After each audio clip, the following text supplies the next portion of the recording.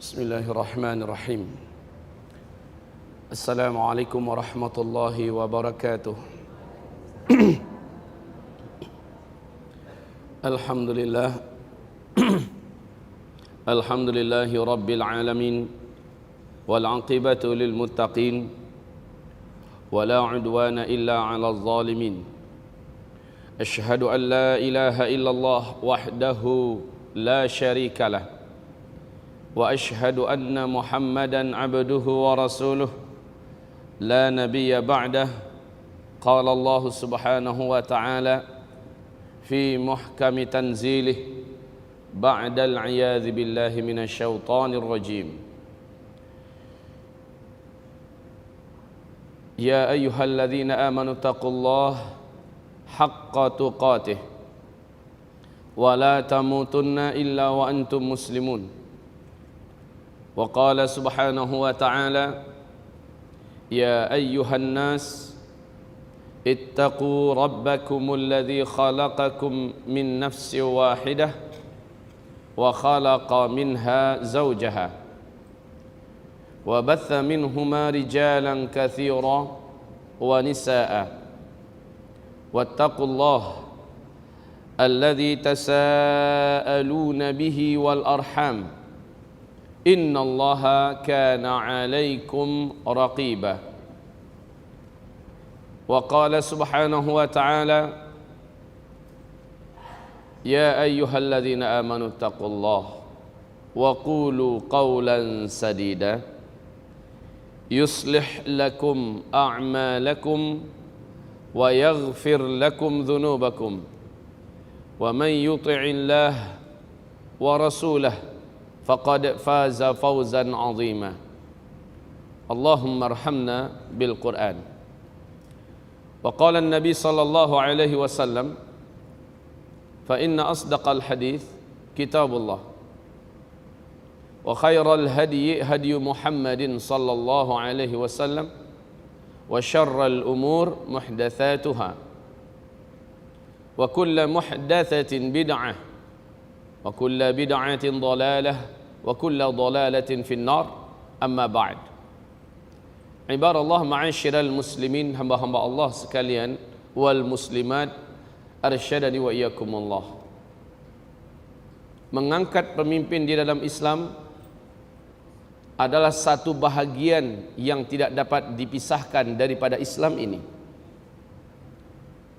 Urusan mengangkat pemimpin dalam Islam telah menjadi ijma' atau menjadi kesepakatan oleh seluruh ulama-ulama ahlus sunnah wal jamaah tentang wajib segera mengangkat pemimpin seperti yang dipahami oleh para sahabat. Waktu Rasulullah sallallahu alaihi wasallam meninggal dunia, berhari-hari bermalam-malam jenazah Rasulullah tidak langsung dikuburkan. Bukannya sahabat tidak faham bahwa menguburkan jenazah satu di antara tiga yang wajib disegerakan. Yang wajib disegerakan dalam agama ini ada tiga. Yang pertama, jika jenazah telah terbujur, segera menyelenggarakannya dan kuburkan secepatnya. Malam meninggal, malam selesaikan, langsung dikuburkan. Pagi meninggal, pagi selesaikan, langsung dikuburkan. Yang kedua, membayar hutang.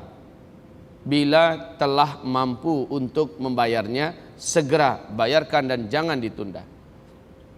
Dan yang ketiga, yaitu menikahkan anak gadis kita, anak perempuan kita, jika telah ada lelaki soleh yang melamarnya. Jika telah ada lelaki yang taat beragama, kuat agamanya, mulia akhlaknya, yang telah ditemukan sebagai jodohnya, segera nikahkan, jangan ditunda. Tiga hal ini seluruh sahabat paham. Tapi kenapa? Bila mana Rasulullah wafat sallallahu alaihi wasallam, sahabat sampai membiarkan jenazah beliau dalam waktu yang bukan 1-2 jam. Meninggal dunia Rasulullah, baru beberapa hari kemudian dikuburkan.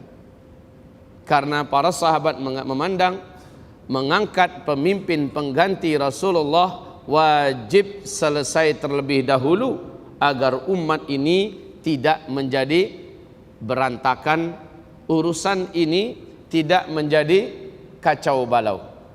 Sebagaimana sabda Rasulullah bahwa satu malam saja kamu tidak dipimpin oleh seorang pemimpin di antara kita, maka ini adalah musibah dan bencana yang besar. Ma'asyiral muslimin yang kami muliakan, kepemimpinan di dalam Islam, saya sekarang bicara dan saya tidak akan, dari awal saya sampaikan sekarang, saya tidak akan mau diarahkan dan diseret pembicaraan ini kepada politik praktis di Indonesia. Tidak. Saya hanya akan menyampaikan tentang fikih kepemimpinan di dalam Islam. Agar dapat dipahami, saya hanya akan menyampaikan tentang fikih kepemimpinan di dalam Islam. Seperti apa Islam mengangkat pemimpin. Nah, setelah itu masing-masing kita yang punya dada, yang punya hati, punya iman, silahkan resapi, pahami, lalu bagaimana menyikapi keadaan yang ada, terpulang kepada diri masing-masing. Saya tidak akan mengajak kepada satu nama, satu calon, satu ini dan segala macamnya. Tidak, bukan urusan saya tentang ini kaum muslimin, dan ini juga mengandung fitnah.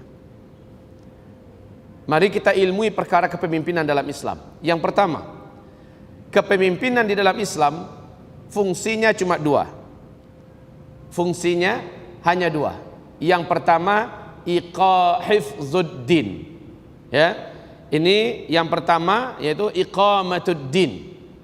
Iqamatuddin maknanya menegakkan agama. Ini tugas atau fungsi kepemimpinan di dalam Islam. Yang kedua, fungsi kepemimpinan dalam Islam adalah tamfidzuddin fi umurid dunya wal akhirah bi syariatillah.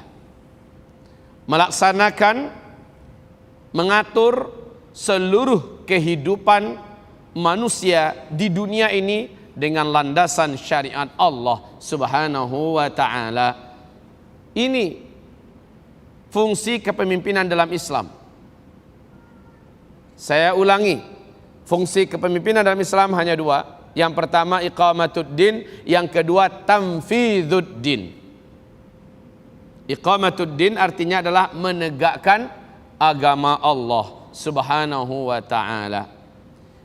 Tamfidzuddin mengatur seluruh urusan dunia ini dengan landasan syariat agama Allah Subhanahu wa ta'ala.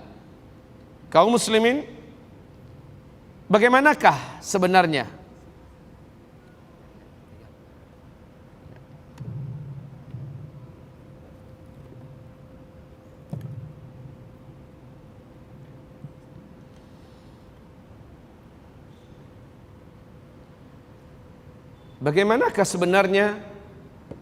iqamatuddin ini agar dapat terlaksana dengan 2 jalan.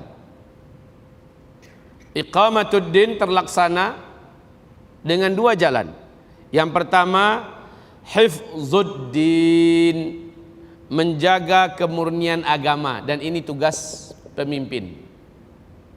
Hifzuddin, menjaga kemurnian agama ini dari segala pemahaman-pemahaman yang mengotori agama Allah ini, dari segala pemikiran-pemikiran yang bisa meracuni dan merusak ideologi dan kesucian agama Allah ini, dari segala amalan-amalan yang bersifat menyimpang, sesat atau bid'ah, khurafat, syirik dan segala macamnya.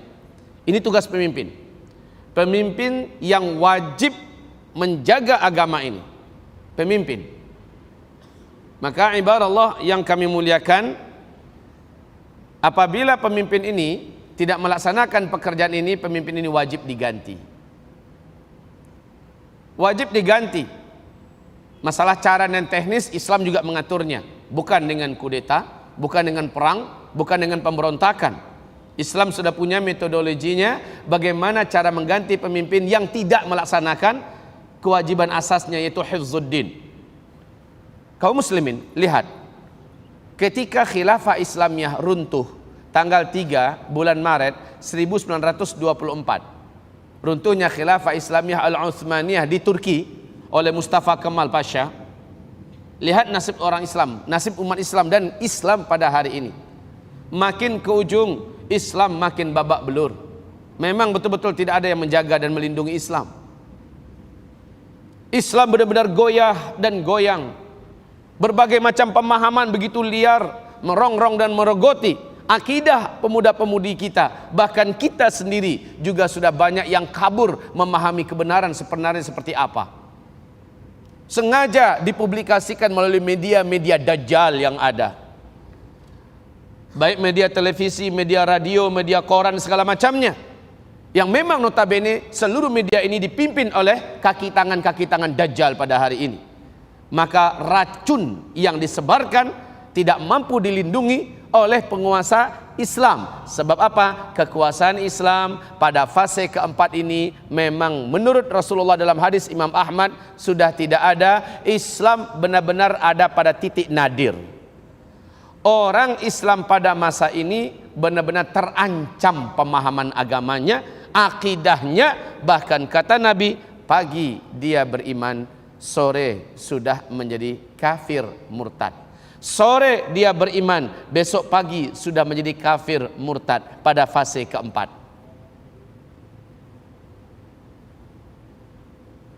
Kaum muslimin, kita ada 5 fase ya. Fase kenabian dipimpin oleh Nabi Muhammad sendiri umat Islam ini. Dan fase ini telah berakhir dengan wafatnya Nabi Muhammad. Yang kedua, fase kekhalifahan Khulafaur Rasyidin. Dan ini telah berakhir dengan wafatnya Khalifah Ali bin Abi Thalib. Yang ketiga, fase kekhalifahan yang menggunakan sistem kerajaan. Ini berlangsung selama 1227 tahun. Berakhir dengan tumbangnya Khilafah Islamiyah Al-Utsmaniyah di Turki 3 Maret 1924. Kurang lebih 92 tahun yang lalu. Dan ini adalah fase yang keempat, kata Nabi. Pada fase itu kamu tidak dipimpin oleh seorang khalifah pun. Nah, inilah yang terjadi. Islam benar-benar habis-habisan. Umat Islam betul-betul jadi pecundang, mangsa dan korban. Benar firman Allah dalam Al-Quran surat An-Nur ayat 55. Nasib umat Islam ketika khilafah tidak ada adalah Islam ini diteror, Islam ini diserang, Islam ini dilumpuhkan, dirusak, dikotori, dan umat Islam betul-betul dijadikan ketakutan dalam menjalankan agamanya sendiri. Inilah realita dan fakta. Kaum muslimin, maka kepemimpinan Islam menjadi mutlak adanya agar terjaga agama. Coba lihat Pak, Indonesia adalah negeri Bu yang paling subur pemahaman sesatnya, betul tidak? Hah? Indonesia adalah negeri yang paling subur pemahaman sesatnya. Berbagai macam jenis pemahaman asal masuk di Indonesia tumbuh dengan subur. Siapa yang melindungi? Harusnya adalah pemerintahan yang dipimpin oleh Islam. Tetapi majmuk seluruh masyarakat Indonesia sepakat bahwa pemerintahan Indonesia bukan pemerintahan Islam. Maka wajar saja Islam tidak terjaga, Islam tidak terpelihara, Islam dinodai, dikotori. Berbagai macam pemahaman muncul, berkembang biak dengan sangat liarnya, tak terkendali. Bahkan ditopang oleh media-media yang asal rame pengunjungnya, asal rame penontonnya, nggak peduli ini menyesatkankah, ini membuat orang murtadkah, dan segala macamnya, mereka tidak peduli. Yang penting diminati. Baik, hamba-hamba Allah yang kami muliakan, hifzuddin ini dilaksanakan dengan cara dakwah silmiyah dan dakwah saifiyah. Penguasa, pemerintah Islam wajib melakukan pencerahan-pencerahan, baik melalui mimbar-mimbar, ya, baik melalui podium-podium, seminar-seminar, ya, melalui media televisi. Kalau seandainya pemerintah Islam yang memimpin, maka sampaikan, cerdaskan umat. Ini tugas pemerintahan Islam. Cerdaskan umat, ini pemahaman yang lurus. Ini pemahaman yang ada ayatnya, ada hadisnya, menurut yang disepakati oleh para sahabat, para tabi'in, tabi'in. Dijelaskan oleh penguasa, oleh pemerintah kepada umat. Jadi umat cerdas. Mereka tahu mana yang halal, mana yang haram. Mereka tahu mana yang boleh, mana yang tidak, mana yang sah, mana yang batil, mana yang bid'ah, mana khurafat, mana yang syirik, mana yang menyebabkan orang batal syahadat, dan segala macamnya. Ini adalah kerja keras pemerintahan di dalam Islam. Pemerintahan dalam Islam bertugas menyelamatkan akidah rakyat. Pemerintahan dalam Islam bertugas menyelamatkan agama Islam ini jangan sampai digerogoti oleh pemahaman-pemahaman yang menyesatkan. Kalau ketahuan, maka langsung diburu oleh pemerintahan Islam. Nah, inilah dia dakwah saifiyah, dakwah dengan pedang. Nggak mau diluruskan, maka pedanglah yang meluruskan. Yang melakukan ini siapa? Pemerintahan Islam. Jangan coba-coba, Pak. Bapak Ibu ingat kisah Abu Bakar As-Siddiq, baru saja dia dibaiat menjadi khalifah. Tugas pertama beliau adalah melanjutkan perjalanan Usamah bin Zaid, ya, untuk melaksanakan perang yang telah dipersiapkan oleh Nabi, lalu Nabi meninggal dunia sebelum pasukan itu berangkat. Satu. Yang kedua, Abu Bakar As-Siddiq radhiyallahu anhu segera mempersiapkan pasukan khusus untuk memerangi satu kabilah yang kabilah itu menolak memahami bahwa zakat hukumnya adalah wajib. Ketika tahu oleh Abu Bakar begitu keadaannya, ini pemikiran sesat loh, Bu. Menolak satu di antara rukun Islam. Lalu Abu Bakar mengatakan mereka telah murtad. Mereka telah keluar dari agama ini. Satu-satunya orang yang menolak Abu Bakar hanya Umar bin Khattab. Lalu setelah Umar diluruskan oleh Abu Bakar, Umar pun sepakat dengan Abu Bakar. Seluruh sahabat sepakat mengarahkan kekuatan dan senjata mereka meluruskan satu kelompok yang memiliki pemahaman sesat dan menyimpang. Ini tugas pemerintah Islam, ya. Kalau ada kelompok sesat nggak mau diluruskan, nggak mau diajak tobat, maka perangi sampai dia lurus kembali. Sehingga aman, Pak, umat ini selamat. Masalahnya hidup bukan hanya untuk di dunia, hidup nanti sampai ke akhirat. Bukankah hamba-hamba Allah yang kami muliakan tahu bahwa Rasulullah sallallahu alaihi wasallam bersabda, 10 orang saja kamu pimpin. Ada di antara mereka yang tidak sholat padahal dia sudah wajib sholat. Maka yang ditanya pertanyaan pertama oleh Allah untuk bentuk pertanggungjawaban adalah siapa pemimpinnya. Dipanggil, dia dalam pemimpin kamu? Labbaik ya Rabb, betul ya Allah. Kenapa kamu biarkan dia tidak sholat? Satu orang wanita muslimah yang sudah berakal dan balik saja tidak menggunakan jilbab, membuka auratnya, pemimpin yang ditanya terlebih dahulu, ini yang kamu, ini rakyat kamu, ini dalam kepemimpinan kamu? Labbaik ya Rabb. Kenapa kamu biarkan dia tidak menutupi auratnya? Setiap pemimpin akan ditanya nanti di hadapan Allah Subhanahu wa taala. Itu baru 10 orang. Bagaimana kalau dipimpinnya, kalau dia adalah sebagai seorang penguasa nomor 1 di negeri itu? Seluruh rakyatnya akan ditanya nanti pada hari kiamat. Makanya nanti saya akan bacakan hadis-hadis betapa beratnya hukuman dan tanggungan hidup yang akan dilalui oleh setiap pemimpin yang hidup di dunia ini, di akhirat kelak, yang menjadikan para sahabat itu menggigil. Bahkan Qadhi Iyad sampai-sampai mengatakan, siapa yang mencelakai saudaraku? Kenapa dia angkat menjadi pemimpin di daerah Anu? Ya, karena diangkat menjadi pemimpin berarti mengarahkan seseorang kepada hisab yang sangat berat pada hari kiamat. Baik, kita kembali. Tugas pemimpin adalah mendakwahi dengan dakwah yang silmi, dakwah yang damai, melalui pencerahan-pencerahan, ceramah-ceramah, khutbah-khutbah, melalui dakwah-dakwah televisi, radio, koran segala macamnya, melalui seminar-seminar, penyuluhan-penyuluhan dan segala macamnya. Ini tugas pemerintahan dalam Islam. Atau dakwah saifiyah dengan pedang, yang seperti yang sudah saya jelaskan tadi. Kalau ada kelompok-kelompok yang mau diluruskan dengan cara baik-baik, dengan cara benar, dipahamkan dengan ilmu, nggak mau paham-paham, bahkan tetap menolak, perang. Kalau ada negeri-negeri yang masih kafir dan menutupi dakwah masuk ke sana, maka pemerintah wajib mengirimkan ultimatum, pilih satu di antara 3. Pemerintah dalam Islam, ya. Yang pertama, kamu masuk Islam. Kepada daerah yang kafir daerah itu, kamu masuk Islam, rakyatmu masuk Islam. Atau yang kedua, nggak apa-apa, silahkan di agama kamu yang lama, tapi wajib bayar jizyah kepada pemerintahan resmi di dalam Islam ini. Jika tidak, yang ketiga, pilihan ketiga, perang di antara kita, nggak ada pilihan yang lain. Kaum muslimin yang kami muliakan, Jika pintu dakwah sudah dibukakan oleh pemerintah kafir negeri itu kepada rakyatnya, ternyata rakyatnya tetap memilih di agama mereka, ya sudah, la ikraha fiddin, nggak akan dipaksa oleh pemerintahan Islam. Silakan kamu tetap di agama kamu, tapi bentuk kamu tunduk dalam pemerintahan Islam, kamu bayar jizyah. Jizyah itu bukan pemasukan untuk pemerintahan Islam, tapi bentuk ketundukan dia, dan jizyah itu tetap disimpan. Bapak Ibu, dalam sejarah diceritakan bahwa apabila pemerintahan Islam ini lemah, diserang dan tak mampu lagi menjaga negeri-negeri yang telah membayar jizyah kepadanya, jizyah tersebut dikembalikan oleh pemerintahan Islam ini kepada negeri tersebut. Minta maaf, kami tidak mampu menjaga kalian. Jizyah yang selama ini kami ambil dari kalian selama 20 tahun, selama 30 tahun, seluruhnya kami kembalikan, bahwa mulai hari ini kami tidak mampu lagi menjaga kalian. Jadi jizyah itu bukan untuk income, bukan untuk pemasukan bagi pemerintahan Islam, namun sekali lagi bentuk ketundukan dan kehinaan negeri kafir ini kepada pemerintahan Islam, itu saja.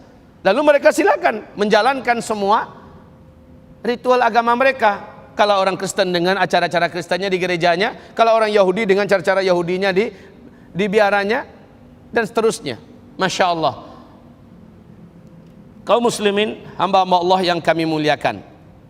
Nah, demikian juga cara pemerintahan dalam Islam ini untuk melindungi agama adalah membendung, menolak,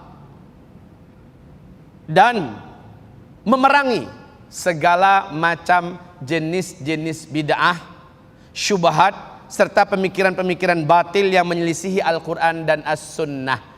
Ya, ini pemerintahan Islam. Bapak jangan paksakan ini kepada pemerintahan Republik Indonesia, karena nggak nyambung. Pemerintahan Republik Indonesia bukan pemerintahan Islam.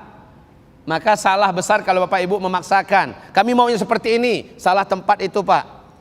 Ibaratnya Bapak mencoba meletakkan rambut palsu yang harusnya letak di kepala itu di lutut, nggak nyambung.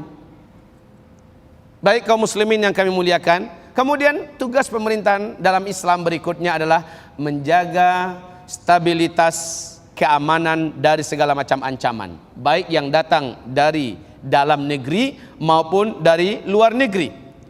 Menjaga perbatasan-perbatasan, jangan sampai dirongrong, dimasuki oleh para penyamun, para pemberontak, ya, para pengacau-pengacau yang akan membuat gelisah dan resah kehidupan masyarakat. Ini tugas pemerintah. Tugas pemerintahan di dalam Islam. Masya Allah, Pak. Wajar kalau negeri-negeri Islam dalam sejarahnya kehidupan di dalam itu, Masya Allah, jarang terjadi pembunuhan, jarang terjadi perampokan, pemerkosaan, jarang. Sebab apa? Pemerintah berusaha keras untuk menjaga dan melindungi wilayah-wilayah, negeri-negeri dari para penjahat-penjahat, kriminal-kriminal yang seperti ini. Ibarat Allah, ini dia. Lalu tugas besar pemerintah yang kedua yaitu tanfidzuddin. Ini tugas pemerintah dalam Islam, ya. Melaksanakan ajaran agama Allah dalam urusan dunia.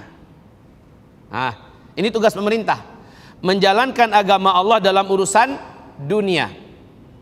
Dalam urusan dunia gimana? Bapak punya bisnis, ibu punya bisnis.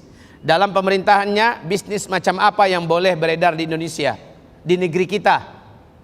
Kalau seandainya Indonesia ini pemerintahan Islam, maka bisnis pun dikelola oleh negara, dalam artian ada rambu-rambunya. Menurut agama, yang seperti ini boleh jalan, yang seperti ini tidak boleh jalan. Ini tugas pemerintah. Jika ia tidak laksanakan, ia bertanggung jawab nanti di hadapan Allah Subhanahu wa ta'ala. Ibarat Allah, begitu juga pemerintahan dalam Islam wajib mengelola apapun yang bersifatnya massal dan kolosal, seperti haji, zakat, umroh, ghanimah, jizyah, kharaj, wakaf, ya, dan apa-apa yang berhubungan dengan itu wajib pemerintah yang mengelola agar enggak liar, Pak. Saya di Payakumbuh, Sumatera Barat, ada orang kuaya, alhamdulillah sudah ada hidayah dan iman di hatinya, cuma belum tahu cara menyalurkan zakat yang tepat. Dia beli 1 truk kain sarung baru, masih dalam bungkus dan label. Lalu dia berdiri truk itu di tengah-tengah pasar. Siapa yang datang maka silakan ambil satu. Asal datang ambil satu, asal datang ambil satu. Inilah zakatku, inilah zakatku. Masya Allah. Yang meluruskan ini siapa seharusnya? Agar tidak terjadi peristiwa seperti ini, pemerintah setempat wajib panggil, Pak sini. Itu zakat ya? Iya. Salurkan sini. Di sini Pak, kami sudah mendata orang-orang yang fuqara, masakin, fisabilillah, ibnu sabil, mu'allaf, bla bla bla bla bla. Kami sudah tahu siapa-siapa yang harus mendapat dan siapa yang tidak lagi layak untuk mendapatkan. Cara yang Bapak kerjakan itu salah. Bapak buat juga itu hanya sedekah buat Bapak, tapi zakat Bapak belum tersalurkan. Sini. Oh enggak, saya mau salurkan sendiri. Dalam agama, pemerintah wajib mengambil zakatnya. Jadi memang harus dipaksa oleh pemerintah Islam. Dipaksa, sini zakat kamu. Lalu pemerintah Islam lah yang menyalurkan kepada orang-orang yang telah diseleksi. Dan itu tentu dengan amanah tingkat tinggi, Pak. Ma'asyiral muslimin yang kami muliakan. Kalau macam gitu, tertib nggak terjadi tumpang tindih zakat. Kadang-kadang ada satu keluarga sampai 6-7 konglomerat yang menyalurkan zakat kepada dia. Ada yang lain satu orang pun tidak menyalurkan kepadanya, padahal dia lebih berhak daripada yang ini. Itu karena apa? Karena terjadinya tidak ada koordinasi dan tidak ada liar. Sudahlah cara salah, yang menerima juga kadang-kadang tidak tepat dan seterusnya. Tugas pemerintah ini agar ibadah mereka lurus, agar ibadah mereka benar. Kan kasihan. Rakyat dah capek-capek beramal tapi amalnya menurut Allah tidak diterima. Lah yang bertugas seperti ini agar rakyatnya pasti benarnya ibadahnya, pasti diterima oleh Allah amal ibadahnya karena sesuai menurut ajaran agama, itu pemerintah. Baik kaum muslimin yang kami muliakan. Begitu juga tugas pemerintah berikutnya, pemerintah dalam Islam maksud saya, mengirim pasukan-pasukan jihad fi sabilillah ke negeri-negeri yang umat Islam di sana ditindas. Ini kewajiban pemerintahan dalam Islam. Maka tidak ada terdengar, Bapak Ibu dengar, bagaimana seorang wanita di daerah barat sana melolong dalam penjara, wa mu'tasamah, wahai al-mu'tasim, di mana engkau? Saya di sini dizalimi. Terdengar jeritan itu oleh sang khalifah al-mu'tasim. Langsung dia persiapkan bala tentara yang awalnya nyampe ke negeri orang itu, ujungnya masih ada di pemerintahan Islam. Masya Allah, saking banyaknya untuk menyelamatkan satu orang wanita muslimah yang dinodai, yang dihina, yang dilecehkan. Ini pemerintah, tugas pemerintah dalam Islam. Hari ini Allahu Akbar. Di Irak terjadi pelecehan besar-besaran kepada umat Islam, bukan hanya kepada wanita saja. Di Yaman, di Suriah, di Palestina, di negeri-negeri Islam, apalagi di Rohingya dan seterusnya. Mana pemerintahan Islam yang hari ini menyahut dan menyambut? Enggak ada, karena memang belum ada pemerintahan Islam. Oke, sekali lagi saya hanya menyampaikan begini loh kerjaan pemerintahan dalam Islam. Saya tidak akan menyebut-nyebut dan menyinggung yang sifatnya praktis di dalam negeri kita, karena ini nggak nyambung. Hanya sekedar thaqafah bagi Bapak Ibu. Oh ya Allah ya Rabbi, alangkah indahnya pemerintahan di dalam Islam ini. Baik, hamba-hamba Allah sekalian yang kami muliakan. Kemudian tugas pemerintah adalah melaksanakan hukum-hukum hudud, hukum-hukum jinayat yang disebut dengan pidana dan perdata. Yang wajib melaksanakan itu pemerintah, Pak. Jadi kalau ada orang berzina, hukumannya apa dalam Islam? Kalau dia sudah bersuami atau beristri, ada saksi, ada bukti, maka hukumannya adalah rajam. Kalau dia masih bujangan, belum bersuami atau belum beristri, melakukan zina, ada bukti, ada saksi lengkap, maka hukumannya adalah dicambuk 100 kali cambukan. Yang berhak melaksanakan ini siapa? Pemerintah dalam Islam. Nggak boleh individu melaksanakannya, tidak boleh. Saya bapaknya, saya berwenang kepada anak saya ulil amrinya. Salah kaprah itu. Pelaksanaan hudud dalam Islam dilakukan oleh pemerintahan Islam. Asal ketemu dukun di mana-mana, sembelih, bunuh. Kenapa? Dalam syariat Islam, dukun nggak ada tempat di muka bumi untuk hidup. Bunuh. Lalu mulai asah pedang. Asal pisau, tetangga saya dukun. Lepas dari pengajian ini main sembelih aja, ketemu dukun sembelih. Salah.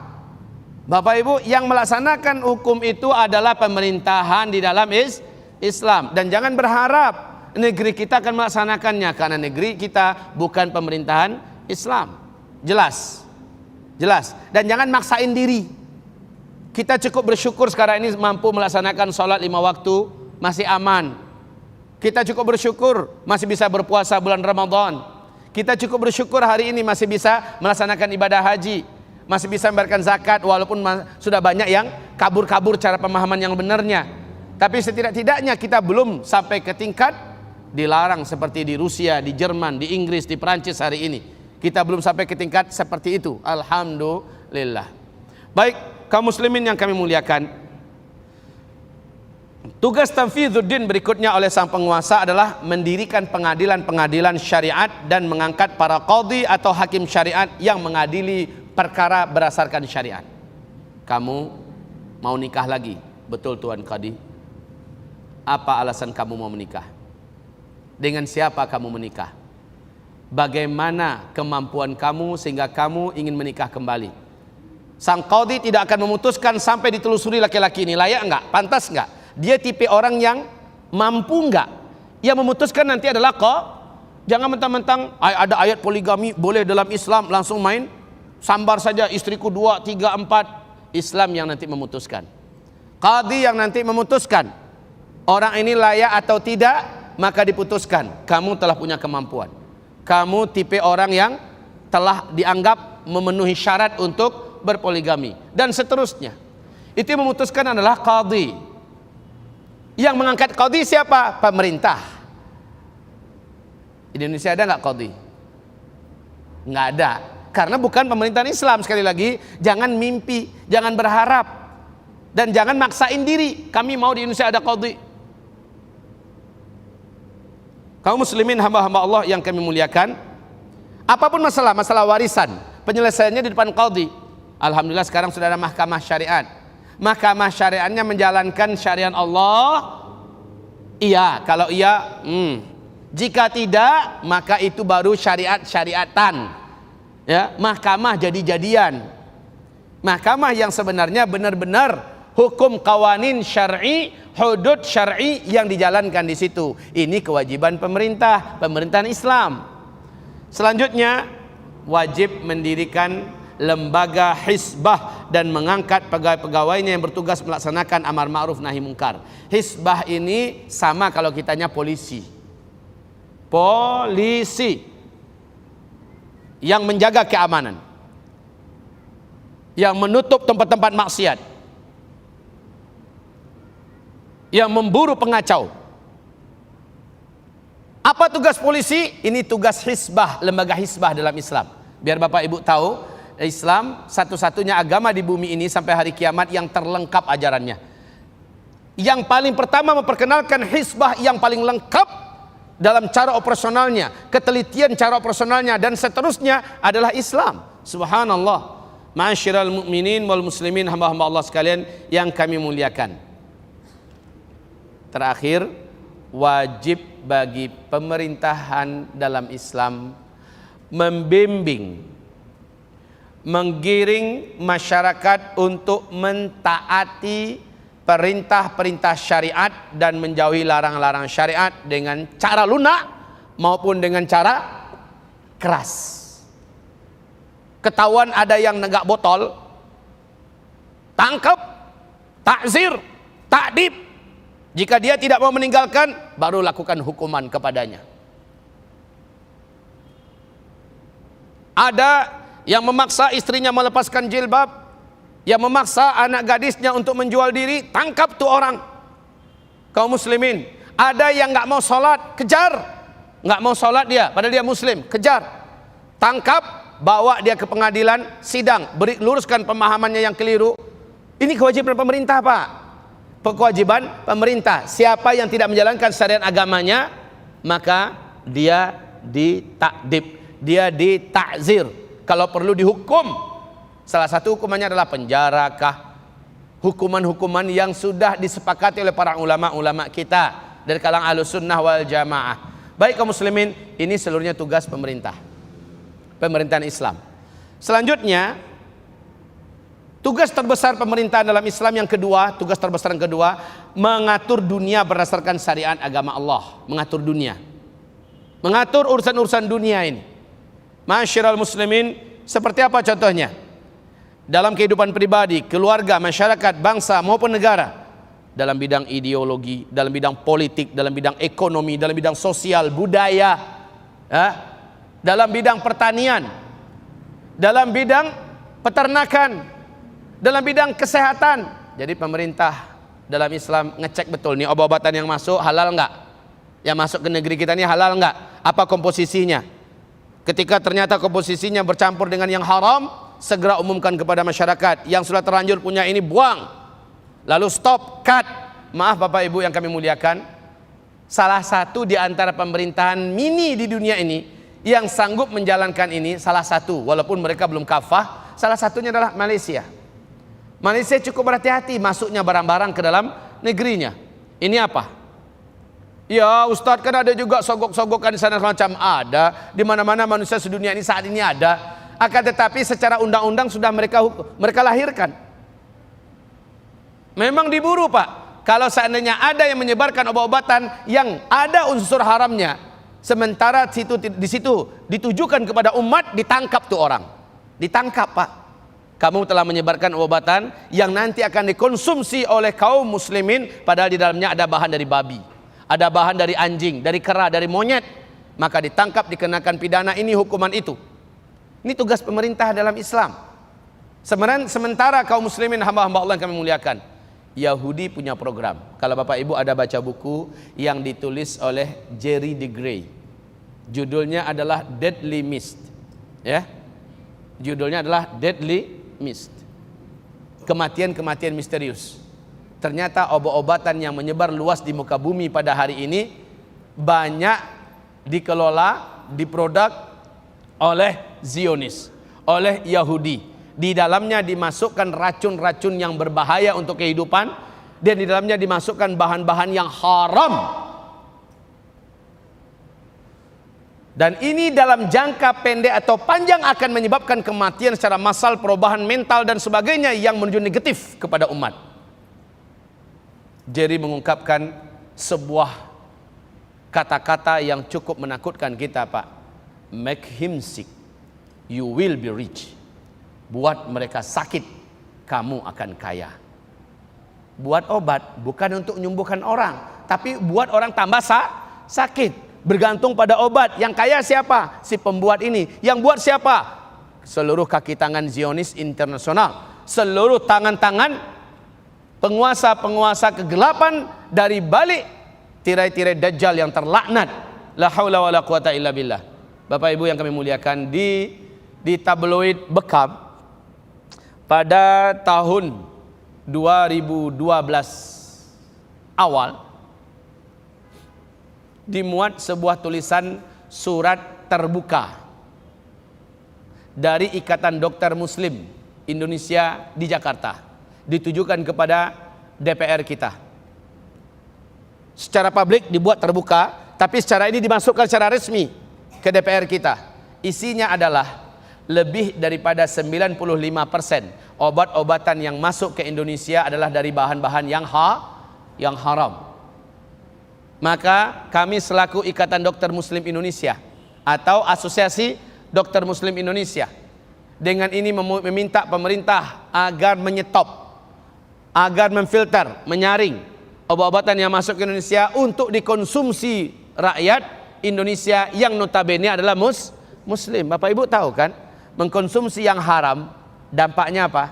Satu kali saja kita makan, 40 hari 40 malam doa kita, ibadah kita nggak nyampe ke Allah. Betul kan? Lah kita tiap hari minum, tiap hari makan, sakit beli ini, ternyata bahannya haram. Coba lihat obat-obatan yang ada, mana yang ada label halalnya? Obat-obatan kimia maksud saya. Ini yang menertibkan siapa? Pemerintah. Harusnya. Tapi yang kita harapkan di sini adalah pemerintahan Islam. Kalau ini tidak ditertibkan, wajar karena memang bukan pemerintahan Islam. Kita bicara sekarang ini dalam konteks pemerintahan Islam. Kita sebagai rakyat yang hidup di kondisi sekarang, ya sudah hati-hati saja. Kalau ada sakit atau apa segala macamnya, coba maksimalkan dengan pengobatan Islam. Apakah dengan herbal-herbal, apakah dengan bekam, apakah dengan ruqyah, apakah dengan pengobatan Islam lah. Ya, baik. Selanjutnya, ibarat Allah yang kami muliakan, tugas berikutnya, kewajiban berikutnya dari sang pemimpin, sang penguasa dalam Islam adalah menegakkan keadilan dan memberantas apapun kezaliman. Ketahuan siapa yang melakukan korupsi. Lah, korupsi itu Pak, Bu, dalam Islam kalau sempat nih, tapi alhamdulillah masih nasib baik para koruptor.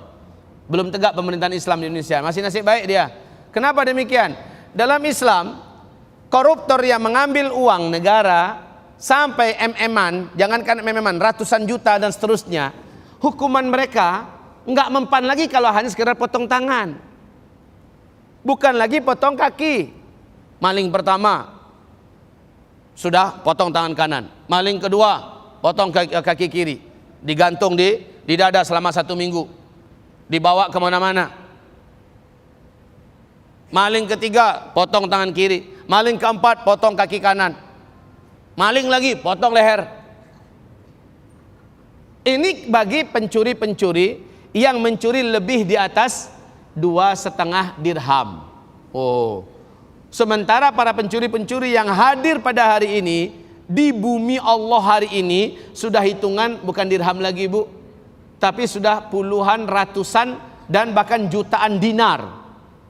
Ya, kalau diuangkan kepada uang Islam, dinar itu kan 1 dinar anggaran 2 jutaan lah. Ya, jadi kalau 10 ribu dinar kali 2 juta berapa duitnya?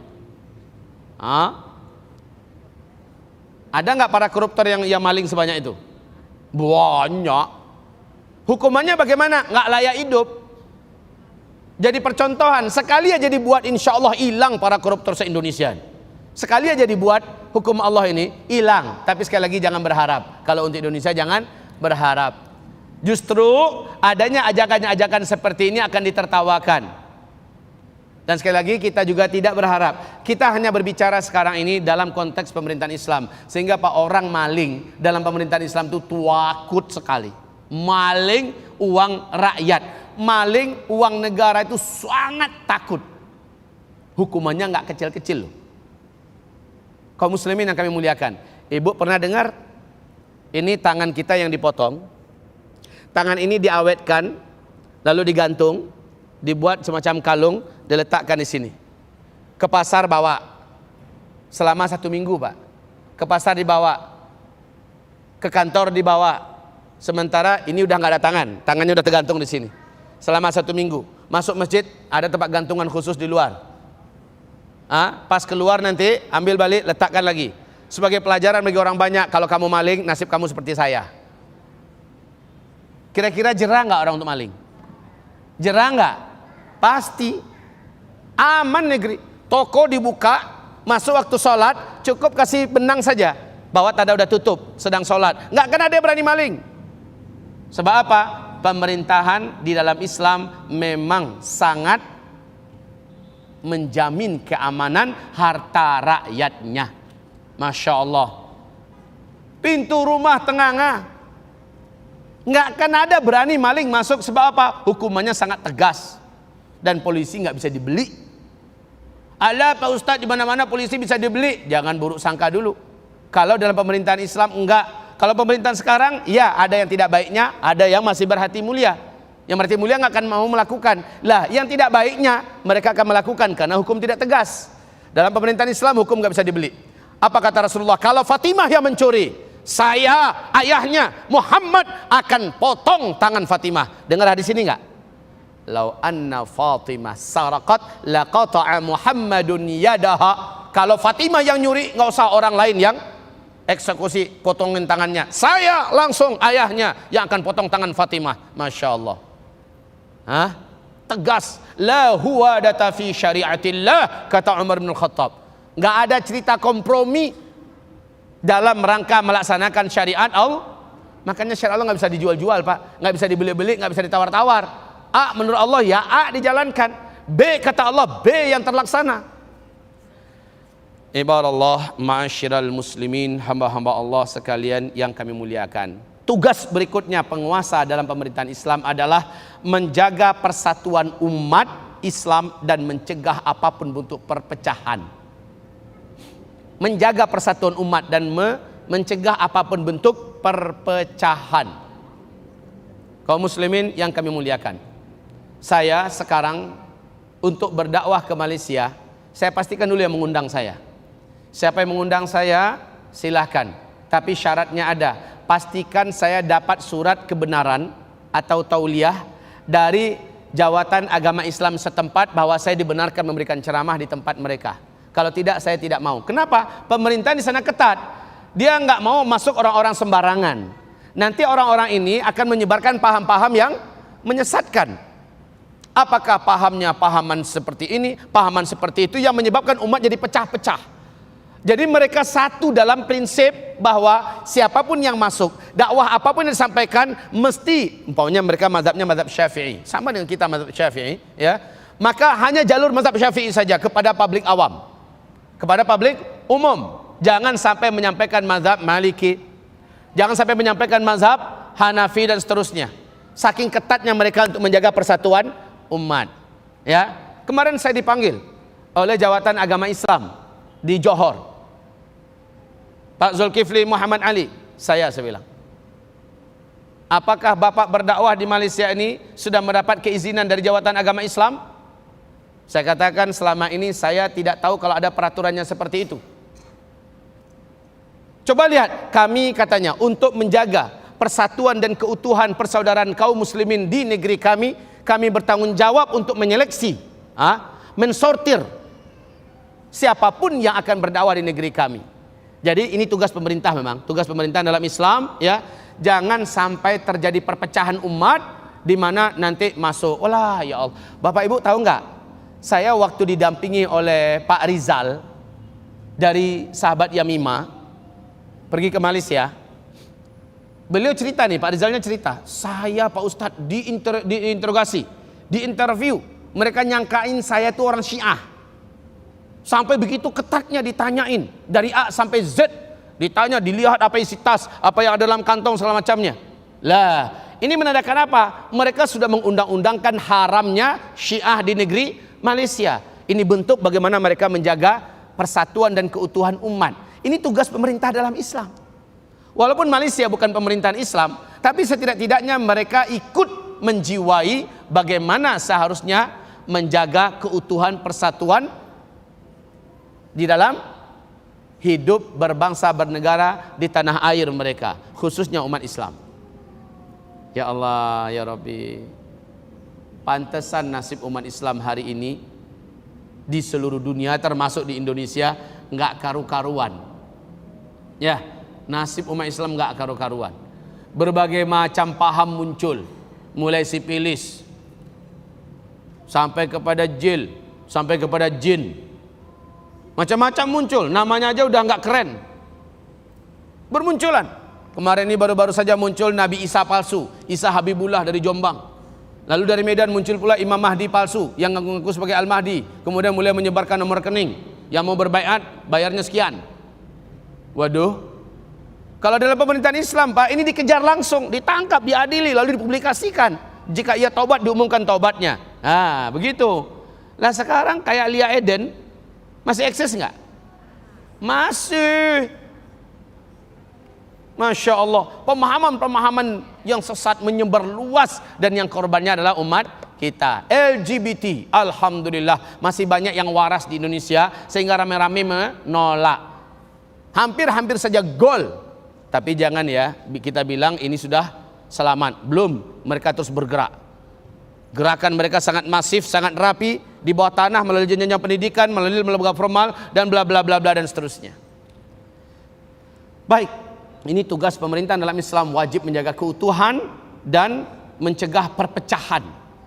Kalau ada kelompok-kelompok yang berpahaman takfiri, berpahaman mengkafir-kafirkan orang di luar kelompoknya, nah ini tugas pemerintah, Pak, untuk mentakdibnya. Nggak mau, suruh keluar dari negeri. Keluar kamu dari Indonesia jika kamu tetap memahami pahaman takfir ini. Pahaman takfiri adalah kelompok-kelompok khawarij modern, ya, yang menganggap semua orang di luar kelompoknya kafir, semua orang di luar kelompoknya halal darah, hartanya boleh jadi ghanimah kapanpun, bisa menipunya dianggap amal soleh. La haula wala quwata illa billah. Tugas pemerintah dalam Islam untuk ngejar yang kayak gini, untuk memadamkan api fitnah yang seperti ini. Baik, selanjutnya mengelola kekayaan alam untuk kemaslahatan Islam dan kaum muslimin dan untuk kemaslahatan negeri dan bangsa. Nah, ini ada aset ini wajib dipertahankan, apapun nggak boleh terjual, nggak boleh dirampok, dirampas, perang siap terjadi kalau ada yang mencoba. Tugas pemerintah dalam Islam, dia harus mempertahankan harta umat, harta kaum muslimin yang kami muliakan. Tapi di samping dia menjaga, dia juga menjaga hak-hak orang. Saya contohkan begini. Di masa pemerintahan Umar bin Khattab radhiyallahu anhu, Amr bin As, gubernur Mesir, mengirim surat kepada Umar. Isi suratnya adalah, kami mau melakukan pelebaran masjid. Tanah di sebelah masjid milik Yahudi. Kami sudah mau beli, dia tidak mau jual. Kami sudah lipat gandakan harga penjualan, dia tetap menolak. Maka akhirnya kami mengambil tanah itu secara paksa. Orang Yahudi datang pada Umar mengadukan kasus ini, bahwa dia tidak terima. Umar bin Khattab segera mengirimkan tulang kepada Amr bin As, ya. Tulang itu digaris dengan pedang, dengan tekanan yang cukup kuat, seret, lalu dibungkus dengan kain kapan, dikirimkan kepada gubernurnya di Mesir. Ketika sang gubernur membuka, dia lihat ada tulang yang ada goresan pedang yang lurus di atas tulang itu. Dia pun gemetar, peluh dan keringat dinginnya keluar. Lalu apa katanya? Runtuhkan bangunan-bangunan yang sudah mulai dibangun di atas tanah Yahudi. Tanah itu kembalikan kepada si Yahudi. Nggak jadi pelebaran masjid. Padahal tadinya si Yahudi heran. Jauh-jauh saya datang dari Mesir ke Madinah, minta keadilan dari Amirul Mukminin Umar bin Khattab, cuma dikasih tulang. Emang saya anjing apa? Dikasih tulang. Rupanya tulang itu punya pesan yang sangat kuat kepada gubernur Umar bin Khattab yang ada di Mesir, Amr ibn al-As. Setelah mendengarkan itu, dia suruh runtuhkan semua bangunan yang sudah dibangun di atas tanah si Yahudi, dan tanah itu kembalikan kepada Yahudi. Coba lihat Pak, Bu. Sedangkan tanah orang kafir saja di negeri yang dikuasai oleh Islam dijaga, apalagi tanah orang apalagi kekayaan negeri negara. Tidak akan bisa digadaikan, dijual, tidak akan pernah. Tapi kata Rasulullah, salah satu bentuk azab Allah adalah Allah kuasakan kepada kamu para penjahat-penjahat yang akan merampok harta kekayaan negeri kamu atau dikuasai oleh mereka. Itu akibat dosa. Indonesia banyak harta kekayaan kita yang sudah dirampok, dirampas, dijual, segala macamnya. Karena apa? Dosa yang sudah dipikul oleh Indonesia terlalu berat dan besar, sehingga satu persatu harta kekayaan kita jatuh ke tangan para musuh-musuh Allah. Baik, ini salah satu contoh bagaimana pemerintahan dalam Islam wajib menjaga, tidak boleh membiarkan satu harta pun. Dalam Islam keadilan jangan ditanya. Ali bin Abi Thalib melihat baju perangnya yang hilang itu ketemu di toko orang Yahudi. Baju itu dijual di toko orang Yahudi, jadi jual barang second. Barang Ali bin Abi Thalib yang hilang ada di toko orang Yahudi ini. Ali mengatakan, ini punya saya loh. Apa kata Yahudi? Hati-hati ente ngomong. Ini barang dagangan saya, lalu ente mengklaim bahwa ini barang ente. Maka diajukan ke pengadilan. Abu Musa al-Asy'ari sebagai hakim ketika itu bertanya kepada Ali, Ali, ente punya saksi bahwa memang baju ini ente yang punya? Saya punya. Siapa saksi ente? Istri saya. Oh sorry, kalau saksi dari kalangan istri dan kalangan keluarga enggak diterima. Ada saksi yang lain? Ada. Siapa? Gulam saya atau budak saya. Maaf, ini juga enggak bisa diterima sebagai saksi. Ada saksi yang lain? Tidak punya. Kalau begitu kamu kalah dalam kasus ini. Hai Yahudi, baju besi itu punya kamu, silakan teruskan dijual. Ali pun menerima. Padahal Ali menjadi khalifah ketika itu. Lihat adilnya pemerintahan dalam Islam. Lalu si Yahudi berkata, kamu kan khalifah. Iya. Kok kamu ngalah? Dalam Islam tidak ada perbedaan antara orang yang disidang, apakah dia penguasa, apakah dia rakyat jelata, siapa yang benar, dialah yang dimenangkan dalam Islam. Dalam hal ini saya tidak punya saksi. Dalam Islam kalau tidak punya saksi, maka dia dikalahkan menurut pengadilan agama. Apa kata Yahudi? Gitu ya syariat Islam ya? Iya, kata Ali. Kalau begitu benarlah agama ini benar-benar lurus. Saya menyatakan mau masuk Islam. Maka dia pun bersyahadat lalu berkata, "Hai Ali, ini memang baju besi ente. Silakan ambil kembali." Setelah dia masuk Islam, dia nyatakan bahwa ini memang baju besi milik Ali yang hilang. Sama dengan Yahudi di sebelah masjid Amr ibn al-As yang ada di Mesir itu. Setelah begitu keadilan dirasakannya, Yahudi ini masuk Islam dan tanah itu diwakafkannya akhirnya. Ya. Ini keadilan dalam Islam. Islam sangat menjaga hak-hak kepemilikan, dan itu yang menjaganya adalah pemerintah. Enggak main gusur sana sini. Bukan demi kepentingan orang-orang kaya tertentu yang bisa beli, yang bisa ini, lalu main gusur saja. Enggak. Dalam pemerintahan Islam, Masya Allah indahnya. Bu, ibu ingat nggak kisah tentang Utsman bin Affan waktu memimpin? Pada masa itu terjadi paceklik yang sangat ekstrim. Negeri di mana-mana gersang, banyak hewan ternak yang mati. Air susah mau didapat. Satu-satunya sumur yang masih mengeluarkan air adalah sumurnya Yahudi. Masyarakat kaum muslimin yang mau beli air harus beli dengan harga berkali-kali lipat, mahal tenan. Hampir-hampir nggak sanggup rakyat untuk beli. Lalu si Yahudi lah namanya, dia mengeruk keuntungan di balik kesusahan. Rakyat ngadu pada Khalifah Utsman bin Affan. Apa kata Khalifah Utsman bin Affan? Kalau begitu biar kami yang urus. Pakai merampok enggak? Pakai rampas enggak? Enggak. Apa yang dibawa oleh Khalifah Utsman bin Affan? Khalifah Utsman bin Affan segera datang pada orang Yahudi ini dan menawar, ente mau jual enggak sumur ente? Kami beli dengan harga tinggi, ente mau jual berapa? Apa kata Yahudi? Enggak dijual. Kami beli dengan harga sekian kali lipat, enggak dijual, kata si Yahudi. Coba lihat, padahal ini adalah untuk kemaslahatan rakyat secara luas. Enggak main rampok, enggak main rampas pemerintahan Islam. Akhirnya berfikirlah Khalifah Utsman bin Affan, gimana cara agar dapat mensejahterakan rakyat, rakyat dapat air sementara mereka tidak perlu mengeluarkan dana yang begitu besar, dan Yahudi juga tidak dizalimi. Masya Allah, begitu bijaknya Pak. Lanjut, datanglah Utsman kembali kepada si Yahudi berkata begini, Pak, silahkan sumur ini tetap milik Bapak, tapi kami beli hari bisa enggak? Sehari ini kami yang punya, saya pemerintah yang punya. Hari esok kamu yang punya. Hari esoknya lagi kami lagi yang punya. Hari esok kamu yang punya. Giliran kamu bisa jual lagi suka hatimu air ini. Tapi di giliran kami adalah hak dan wewenang kami untuk mengambil air dari sumur Bapak ini. Si Yahudi mengajukan harga yang cukup tinggi dan disanggupi oleh Khalifah Utsman bin Affan.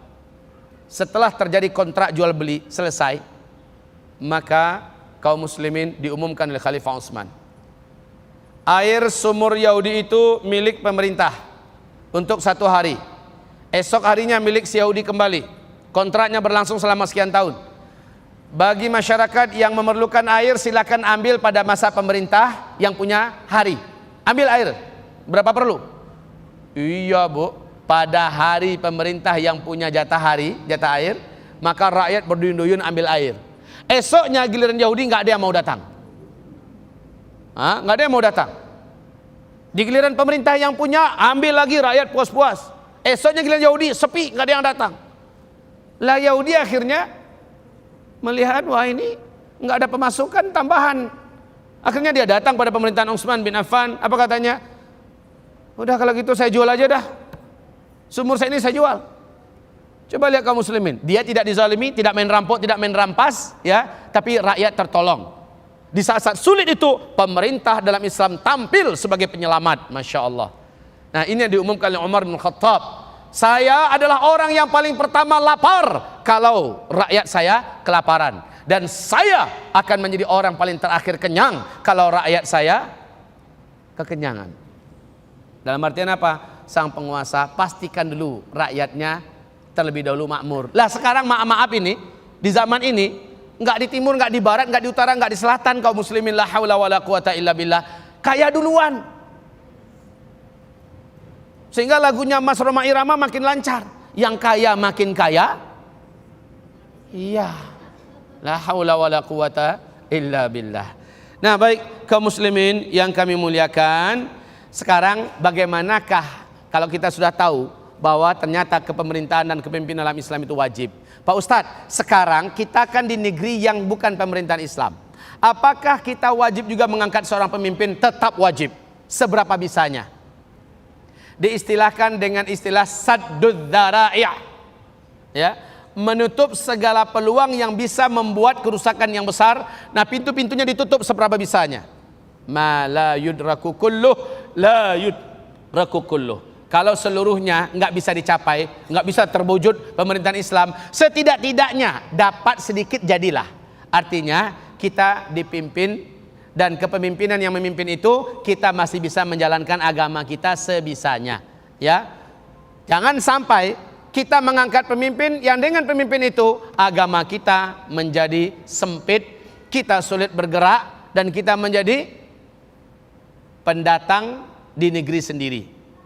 Nah, ini adalah tata cara pemilihan dalam Islam, pemilihan pemimpin. Yang pertama al-ikhtiyar. Yang kedua adalah al-istikhlaf. Ya. Dan yang ketiga al-qahru wal ghalabah. 3 cara. Yang pertama al-ikhtiyar, melalui cara pemilihan. Dipilih. Dalam Islam itu, Pak, kalau Bapak mau tahu cara pemilihan pemimpin dalam Islam itu gimana? Nanti ada satu kelompok yang disebut dengan ahlul aqdi, ahlul halli wal aqdi. Satu kelompok dari orang-orang yang cerdas, baik dari kalangan ulama, dari kalangan cendekiawan, dari kalangan para tokoh-tokoh, para ilmuwan, mana-mana yang paling cerdas di antara mereka, mereka kumpul menjadi ahlul halli wal aqdi. Lalu mereka bermusyawarah. Siapa nih dari masyarakat kita yang mempunyai syarat-syarat untuk jadi pemimpin? Si fulan, si fulan, si fulan, si fulan. Ada 4 orang. Dari 4 orang ini, siapa yang menurut standar agama yang paling memenuhi syarat? Oh, ternyata si A, si B sama standarnya, sama memenuhi syarat. Lalu manakah di antara mereka berdua yang lebih berhak? Maka itu yang dipilih. Jadi yang memilih kaum muslimin adalah orang-orang yang disebut ahlul halli wal aqdi. Ya, cara pemilihannya begitu. Kalau dalam pemerintahan Islam, ini loh Bapak Ibu, standar yang akan dipilih itu sudah ada standar bakunya dalam fikih Islam. Dia wajib memenuhi syarat 1, 2, 3, 4, 5, 6, seterusnya. Apabila syarat-syaratnya ada, oh ternyata ada 7 orang. Dari 7 orang ini digodok, mana yang paling berhak? Ternyata ada 2 orang. 2 orang juga dipilih, mana yang lebih berhak lagi? Tentu saja standar-standarnya akan saya sebutkan nanti. Ada 9 standar seseorang pantas diangkat menjadi pemimpin. Akan saya sebutkan nanti Bapak Ibu. Yang penting dia dipilih. Jadi ngelihat kayak gini, ada pemborosan nggak di segi biaya dan anggaran untuk pemilihan pemimpin? Tidak ada. Tidak ada. Toh yang dipilih standar-standar bakunya sudah diturunkan dari langit. Allah nurunkan begini loh, begini. Yang pertama syaratnya adalah dia wajib seorang muslim. Yang kedua dia wajib seorang baligh. Yang ketiga wajib bla bla bla bla bla. Syarat-syarat itu terpenuhi. Setelah ada, jadi nggak bisa dikarang-karang sendiri. Nah, baik Bapak Ibu yang kami muliakan, ini menjauhkan dari perpecah belahan umat, menjauhkan dari pembubaziran dana, ya, menjauhkan dari manipulasi dan manipolitik, ya, menjauhkan dari berbagai macam hal dampak-dampak negatif, perpecahan dan permusuhan antar umat, ya. Ini semuanya akan terhindar kalau dijalankan. Baik, kaum muslimin, ini cara yang pertama ya, terpilihnya seorang pemimpin. Cara yang kedua disebut dengan al-istikhlaf. sang pemimpin ketika dia akan meninggal, dia katakan, yang akan menjadi pemimpin setelah saya adalah si fulan. Atau pemimpin mengatakan kepada kaki tangan terdekatnya, para penasehatnya, tolong si fulan, ada 5 orang, terjadi seperti di masa Umar bin Khattab. Dari 5 orang itu musyawarahlah kalian, siapakah di antara kalian yang akan menggantikan saya? Pokoknya salah satu dari yang 5 itu. Tidak ada yang boleh keluar. Maka kaum muslimin yang kami muliakan, terjadilah pemilihan di antara yang ditunjuk oleh sang penguasa tadi. Ini namanya istikhlaf. Jadi langsung penguasanya menunjuk. Cara yang ketiga al-qahru wal ghalabah. Dengan cara, ini adalah al-qahru wal ghalabah, dengan cara revolusi. Dengan cara revolusi. Dan ini terjadi kaum muslimin pada pemerintahan Bani Amawiyah yang direvolusi oleh Bani Abbasiyah, sehingga pemerintahan akhirnya beralih kepada Bani Abbasiyah. Ya, baik Bapak Ibu, dalam Islam ketiga cara ini dibenarkan. Ketiga cara ini dibenarkan. Taib, tentu saja ada rambu-rambu yang wajib dijaga untuk itu. Nah, baik. Setelah itu, hukum mengangkat seorang pemimpin di dalam Islam adalah wajib. Jadi nggak ada cerita saya netral ajalah, saya ikut mana saja yang naik itulah pemimpin saya. Tidak ada. Hukum mengangkat pemimpin adalah wajib, dan ini disepakati menurut Al-Quran, As-Sunnah, Ijma', Qiyas. Para sahabat menyepakati wajibnya mengangkat seorang pemimpin. Dalil-dalilnya Bapak Ibu, kitab fikih manapun mau dibuka, ketemu betapa Nabi mengatakan 3 orang saja kalian ada di satu daerah, muslim 3-tiganya, harus salah seorang di antara yang bertiga itu diangkat menjadi pemimpin untuk mereka bertiga. Kalau tidak halal tinggal di daerah itu. Ayo, 3 orang saja. Pokoknya ibu tinggal di Amerika, di Kanada, muslimnya di kampung tempat ibu tinggal itu nggak ada seorang pun, yang ada cuma 3 orang, Bu. Ibu dan suami, kawan ibu dan suaminya, kawan ibu lagi yang satu lagi, dan suaminya. Ada 3 keluarga. Maka dari mereka 3 berkeluarga itu, la yahillu li thalathatin binafarin minal ard illa ayyu ammirahum ahaduhum. Tidak halal 3 orang muslim yang tinggal di suatu daerah, melainkan wajib salah seorang di antara mereka diangkat menjadi pemimpin. Coba lihat, wajib salah seorangnya diangkat menjadi pemimpin. Dia nggak boleh, Pak Ustadz, kan sudah ada pemimpin tempatan. Pemimpinnya siapa? Muslim apa bukan? Bukan. Berarti ente wajib mengangkat dari orang muslim. Gitu dalam Islam. Nah, hamba-hamba Allah sekalian yang kami muliakan. Sekarang, apa sih syarat-syarat seseorang itu layak dan pantas untuk diangkat menjadi pemimpin? Berikut ini. Yang pertama, syarat yang pertama, silakan siapkan Al-Quran kalau punya Al-Quran.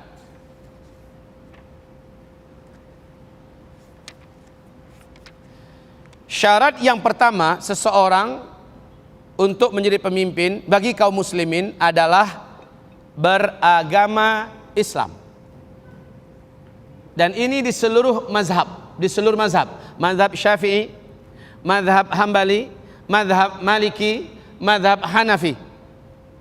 Seluruh para ulama fuqaha Ahlus Sunnah wal Jamaah menyepakati syarat yang pertama ini mutlak, nggak bisa diganti-ganti dengan yang lain. Wajib seorang muslim yang menjadi pemimpin bagi masyarakat muslim. Bapak, Ibu, coba dengar kembali hadis yang tegas tadi. Nggak halal tinggal di satu daerah yang di daerah itu belum ada seorang pemimpin muslim yang memimpin kamu. Berarti dimanapun orang Islam berada, wajib mengangkat ada satu orang Islam yang diangkat menjadi pemimpin. Oke, Bapak Ibu yang kami muliakan. Dan lihat sekarang dalilnya firman Allah, surat Al-Maidah ayat 51. Surat Al-Maidah ayat 51. Bismillah.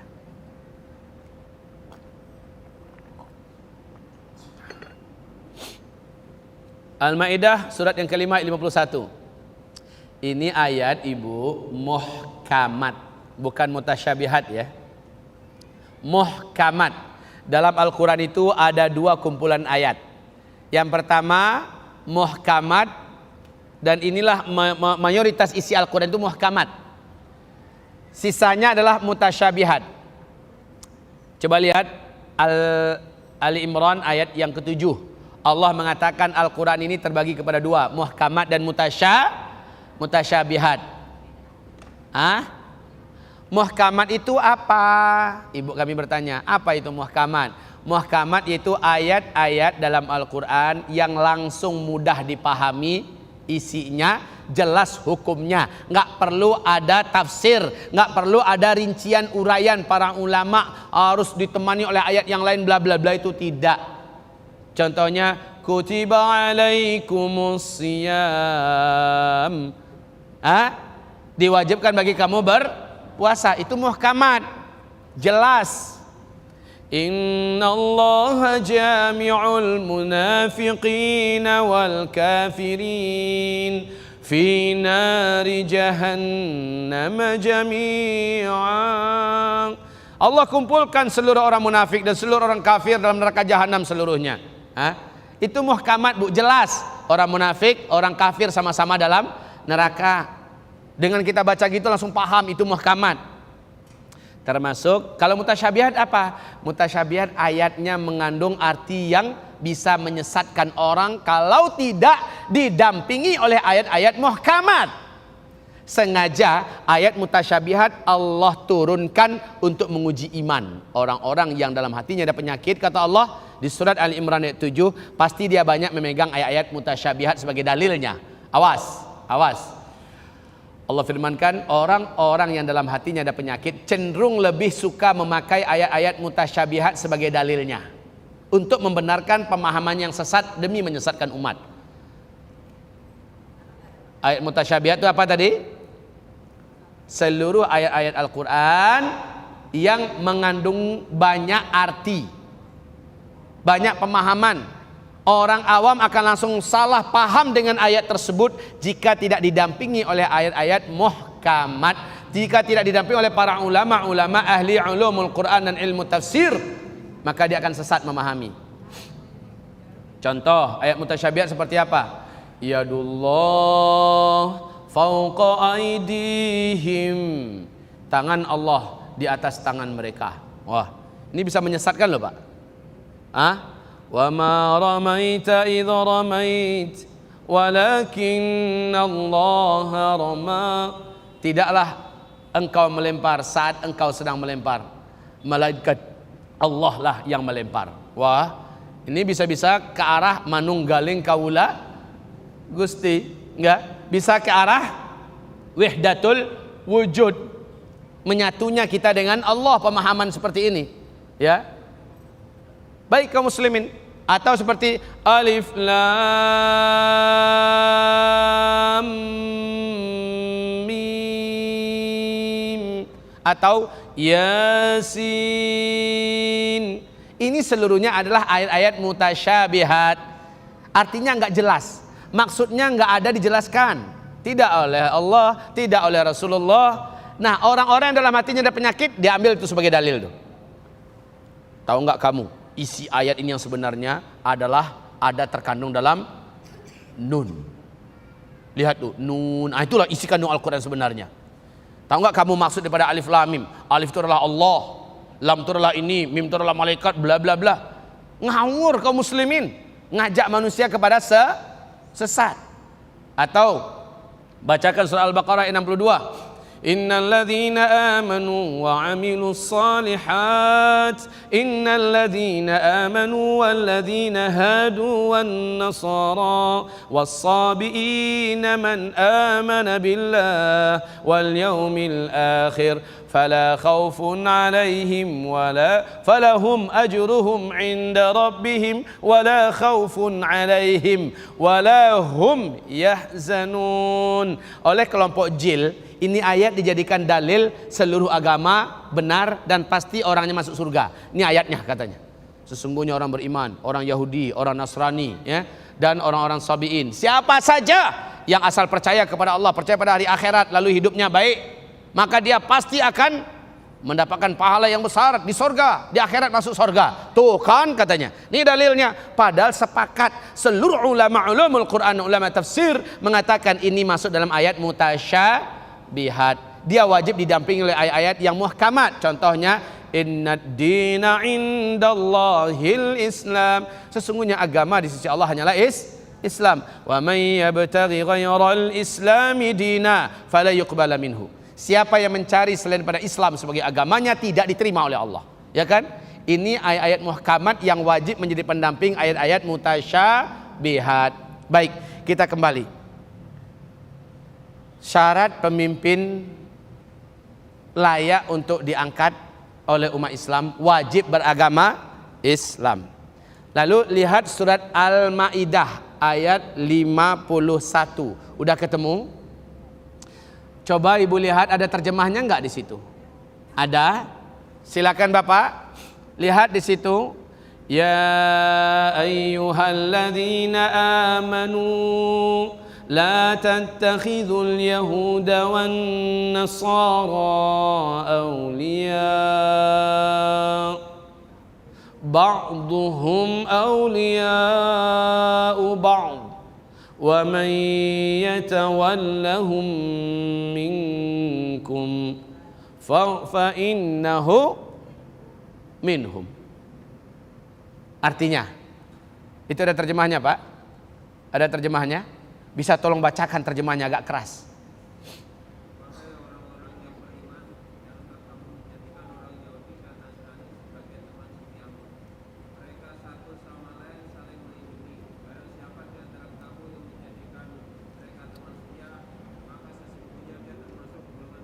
Di situ teman setia.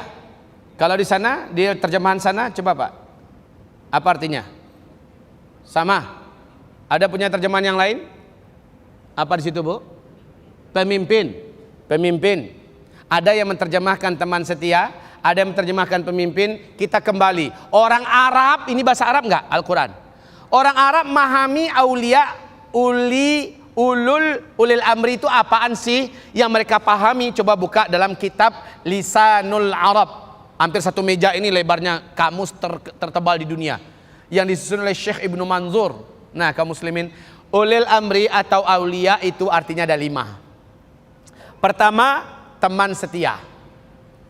Yang kedua, pelindung. Yang ketiga, tempat minta tolong. Yang kelima, orang yang paling dipercayai. Yang keenam adalah pemimpin. Orang Arab memahami aulia, jamak daripada wali, 5 ini. Teman setia iya, pelindung iya, penolong iya, tempat minta tolong iya, kepercayaan iya, kemudian pemimpin. Ayat ini mengharamkan 5-5-nya untuk umat Islam. Nggak boleh kamu angkat Yahudi dan Nasrani sebagai pelindung-pelindung kamu, sebagai penolong-penolong kamu, sebagai teman akrab kamu, sebagai orang-orang kepercayaan kamu, sebagai pemimpin kamu. Ba'duhum awliya'u ba'din. Sebahagian mereka itu adalah wali bagi sebahagian yang lain. Yahudi silakan pimpin masyarakat Yahudi. Nasrani pimpin masyarakat Nasrani. Muslim jangan coba-coba angkat mereka menjadi pemimpin. Wa may yatawallahum minkum fa innahu minhum.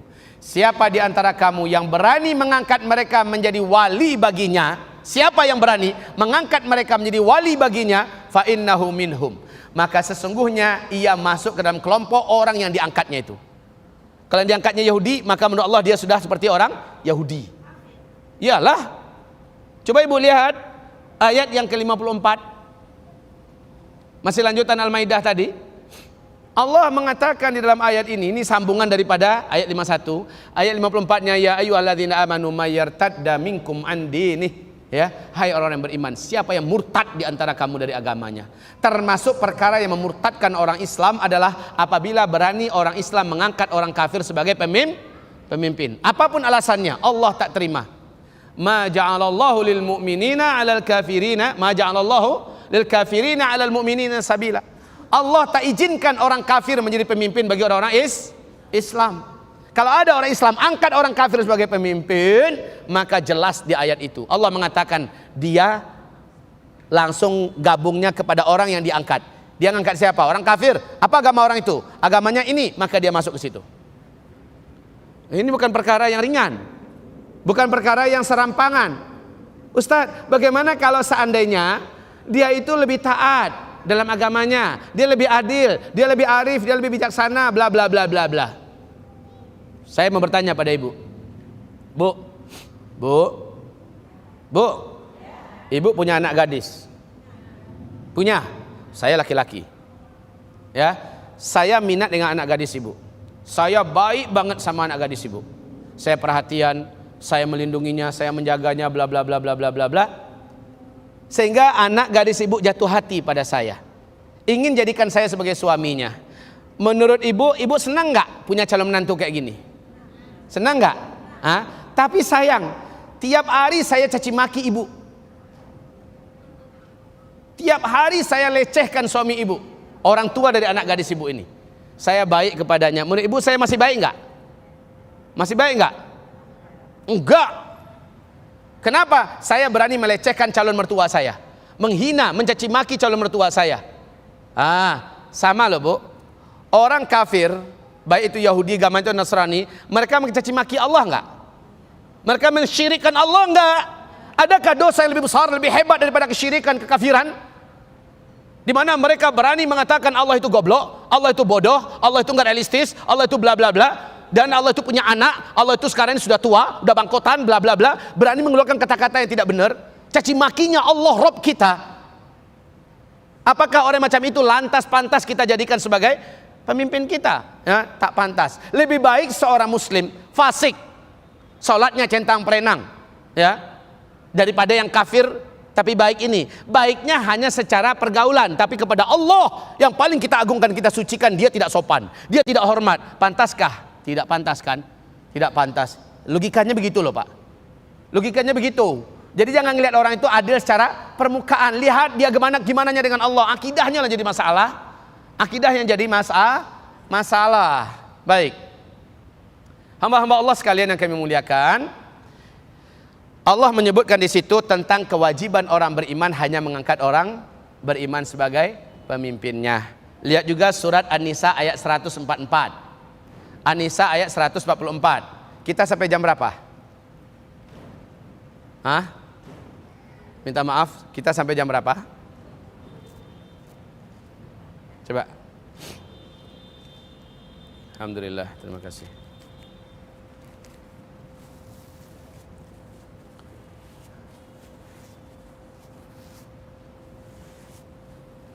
Ya. Lihat di surat An-Nisa ayat 144. Allah benar-benar tegas melarang, hai orang-orang yang beriman, janganlah kamu mengambil orang-orang kafir menjadi pemimpin-pemimpin dan kamu tinggalkan orang-orang beriman. Kaum muslimin, hamba-hamba Allah yang kami muliakan, sekali lagi lihat jelas ya. Itu ayat muhkamat juga loh. Kemudian lihat lagi surat yang lain, cukup 3 ayat saja dulu. Surat Ali Imran ayat yang ke-28. La yattakhidhil mu'minunal kafirina awliya'a min dunil mu'minin. Ini. Tidak pantas, tidak boleh orang beriman mengangkat orang kafir sebagai pemimpin. Jelas Bapak Ibu? Jelas. Dan ini harga mati. Enggak ada tawar-menawar. Dalam Islam, orang Islam wajib mengangkat orang Islam sebagai pemimpinnya. Pilihlah dari orang-orang Islam yang tercalonkan, mana yang lebih mulia akhlaknya, mana yang lebih dekat hubungan ibadahnya dan muamalahnya dengan Rabbul Alamin dan dengan manusia. Pilihlah yang terbaik. Ustadz, buruk semuanya, cari yang paling kecil keburukannya, asal dia masih muslim. Begitu loh. Ya Bu? Ya baik. Kemudian selanjutnya, yang pantas dan boleh syarat untuk diangkat menjadi pemimpin berikutnya adalah baligh. Rasulullah berdoa, a'udzubillah min imaratis sibyan, aku berlindung kepada Allah jangan sampai aku dipimpin oleh anak-anak kecil, usianya masih mentah, udah jadi pemimpin. Jangan. Sibyan, tidak ada kebaikan dalam kepemimpinan sibyan, anak-anak kecil. Baik, nggak perlu ini kita rinci. Kemudian yang ketiga, akil, dia wajib berakal sehat, normal, nggak idiot, nggak mengalami cacat mental, ya. Dia betul-betul orang yang berakal sehat, akil. Kemudian yang keempat, wajib orang yang merdeka, tidak boleh seorang hamba. Saya ringkas saja. Yang kelima, zukur, pemimpin itu wajib laki-laki. Ini dalam fikih Islam, pemimpin itu wajib laki-laki. Rasulullah sallallahu alaihi wasallam setelah membacakan firman Allah surat An-Nisa ayat 34, ar-rijalu qawwamuna 'alan nisa bima faddalallahu ba'dahum 'ala ba'd, ya, wa bima anfaqu min amwalihim, bahwa lelaki adalah pemimpin bagi kaum wanita. Jadi enggak boleh wanita yang mimpin, kayak sholat Pak, ada laki-laki ada wanita, enggak boleh jadi imam adalah wanita, wajib laki-laki yang di depan. Baik Ustaz, bagaimana kalau ada yang memimpinnya wanita? Khalas, mari kita dengarkan hadis Sahih Bukhari dalam Kitabul Fitan, hadis nomor 7099. Apa kata Rasulullah? La yufliha qaumun wallau amruhum imra'ah, takkan pernah selamat, takkan pernah berjaya, takkan pernah beruntung suatu negeri yang negeri itu dipimpin oleh wanita. Begitu ya. Ini diskriminasi Pak Ustadz. Menurut bahasa para kaum persetaraan gender, ini diskriminasi. Tapi ini tatanan dan tataran yang diturunkan dari penguasa dan pencipta alam semesta, Allah Rabbul Alamin. Allah Maha tahu bahwa wanita bukan kapasitasnya dan tidak diberi oleh Allah kekuatan untuk memimpin urusan umat. Mimpin perusahaan silahkan, kalau mimpin rumah sakit silahkan, tapi mimpin umat, mimpin negara, Allah Rasulullah telah mensyariatkan haram kita mengangkat pemimpin dari kaum wanita. Ya, baik Bapak Ibu yang kami muliakan. Selanjutnya yang keenam, dan ini nggak usah kita rinci, kalau khilafah wajib dari Quraisy. Kalau khilafah yang menjadi khalifah. Kalau tidak, umpamanya tahap Indonesia saja, ya khalas, ini tidak mesti dan tidak disyaratkan sedikit pun. Selanjutnya, syarat menjadi pemimpin berikutnya, wajib orang yang mengerti atau punya ilmu syariat. Punya ilmu syariat. Artinya gimana? Bagus punya gelar profesor doktor, tapi ngerti syariat Allah. Halal, haram, sah, batal, bid'ah, khurafat, syirik, apa segala macamnya, dia ngerti seluk-beluk syariat ini, walaupun nggak ulama nggak ada masalah, pokoknya dia ngerti dan punya ilmu syariat, sehingga dengan itulah dia dibenarkan untuk menjadi pemimpin. Nah Bapak Ibu, dalam hadis Sahih Muslim, nanti silahkan lihat dalam buku Al-Kabair, 70 dosa-dosa besar. Nabi mengatakan pemimpin itu ada 3, 2 masuk neraka, 1-nya dalam surga. Yang dalam surga, pemimpin yang tahu dengan hukum-hukum Allah, lalu dia memimpin dan memutuskan dengan hukum Allah, maka inilah yang akan masuk surga. Yang 2 lagi, pemimpin yang tidak tahu dengan hukum Allah, lalu dia memutuskan bukan dengan hukum Allah, maka dia masuk neraka. Yang ketiga kata Nabi, pemimpin yang tidak tahu dengan hukum Allah, yang tidak tahu dengan hukum Allah,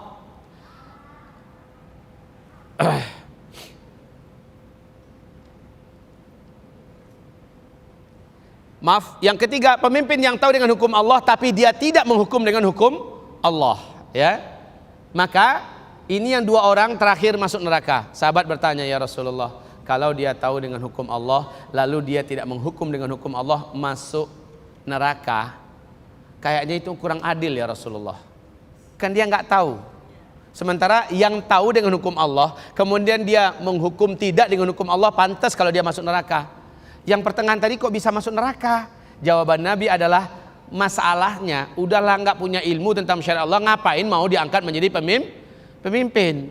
Ini harusnya tahu diri dong. Kalau nggak tahu hukum jangan pernah mau diangkat. Dan juga dalam Islam memang tidak dibenarkan mengangkat orang yang nggak ngerti seluk-beluk hukum syariat Allah. Diangkat jadi pemimpin nggak boleh. Walaupun dia bukan ulama, setidak-tidaknya dia mengerti tentang perkara-perkara usul dalam agama ini. Taib. Selanjutnya, ibarat Allah yang kami muliakan, adalah ini apa? Yaitu berakhlak mulia. Lihat ini Pak, nggak ketahuan dia melakukan hal-hal yang menjatuhkan wibawanya. Hal-hal yang menjatuhkan wibawanya, ngomong nggak jorok, makan nggak berjalan. Maaf kalau bahasanya, kalau kita yang agak sekarang, nggak ngerokok, nggak minum minuman yang diharamkan atau yang dimakruhkan setidaknya, ya. Tidak melakukan, dan dilihat keluarganya, istrinya ternyata menutup aurat, pandai menjaga pergaulan. Lihat yang adalah kaum muslimin, kepribadiannya dapat dijadikan teladan. Ini yang pantas jadikan pemimpin. Oh, jenggotnya dari sini sampai ke Monas panjangnya. Tapi lihat istrinya, la haula wala quwata illa billahil aliyil azim. Lihat anaknya, masya Allah. Lihat anak bujangnya, la haula wala quwata illa billah. Ayatnya menyembur dari mulut, tetapi pas sholat 5 waktu dia masih asik nonton sinetron. Percuma nih kaum muslimin.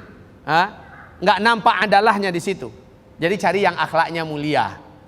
Ustadz akhlaknya bobrok semua. Udah cari mana yang paling lebih kecil buruk akhlaknya daripada yang lain. Asal masih tetap muslim. Begitu. Lanjut. Selanjutnya, al-kafa'atun nafsiyah. Orang ini wajib mempunyai atau memiliki kafa'ah nafsiyah, kestabilan mental, jiwa stabil. Jangan cari dan pilih pemimpin yang punya mental nggak stabil, mudah emosi, suka meledak-ledak, ya, dan susah untuk menahan amarah dan segala macamnya. Nggak boleh angkat pemimpin yang kayak gini ini, ya Bapak Ibu. Kemudian kadang-kadang dia seperti orang kesurupan, kadang-kadang dia mudah pingsan segala macamnya. Maka orang macam ini tidak boleh diangkat menjadi pemimpin. Cari orang yang mempunyai kestabilan dalam emosional, ya, dalam kejiwaan. Kemudian berikutnya al-kafa'ah al-jismiyah, fisiknya sehat. Matanya melihat, telinganya mendengar, ya. Kalau cacat cuma belah kupingnya nggak ada masalah. Cacatnya cuma 4 jari tangannya nggak ada masalah, ya. Tapi kalau cacatnya buntung kedua tangannya, ini masalah. Tidak diangkat pemimpin yang dia tidak akan mampu maksimal menjalankan pemerintahan dengan kondisi cacatnya, buta matanya, tuli. Asal orang ngomong, apa asiknya punya pemimpin kayak gitu? Udah, saya nggak mau jawab.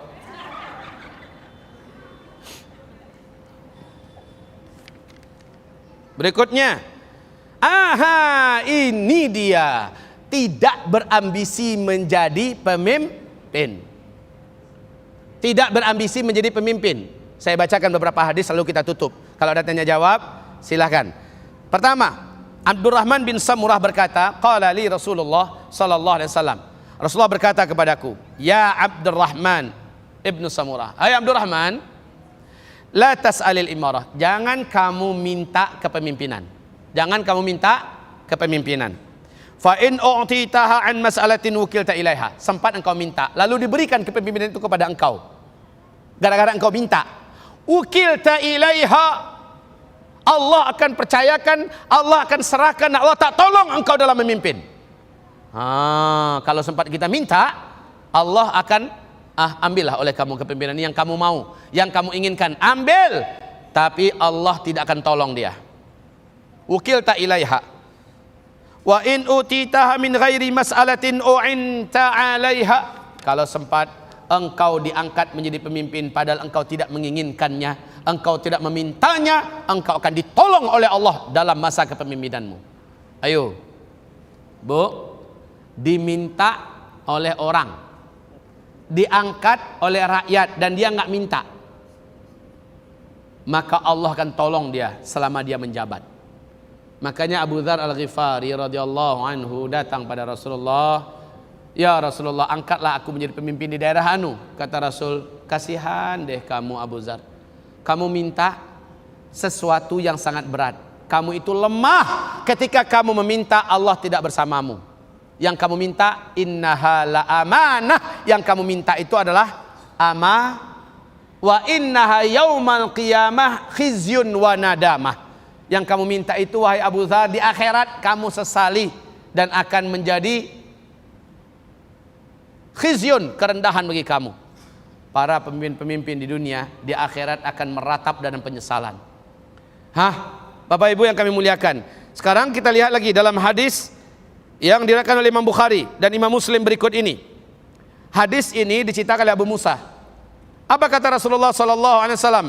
Inna la nuwalli hadza man sa'alah wa la man harasa alaih. Kami tak akan mengangkat pemimpin orang yang menginginkan kepemimpinan itu, dan kami tidak akan mengangkat pemimpin orang yang rakus untuk menjabat menjadi pemimpin. Awas. Awas. Pilihlah aku, angkatlah aku. Aku ini amanah. Orang yang menginginkan kepemimpinan, Allah tak akan tolong dia. Dan Rasulullah berkata, kami tidak akan angkat pemimpin yang menginginkan jabatan kepemimpinan itu. Umar bin Khattab dengan para ahlul halli wal aqdi musyawarah dari pagi untuk memutuskan siapakah yang pantas dijadikan gubernur di daerah fulan. Maka ditunjuklah satu orang, Pak, yang akan menjadi gubernur di sana. Orang yang ditunjuk itu masih disimpan namanya, rencananya nanti malam hari diumumkan kepada publik siapa yang diangkat menjadi gubernur daerah anu.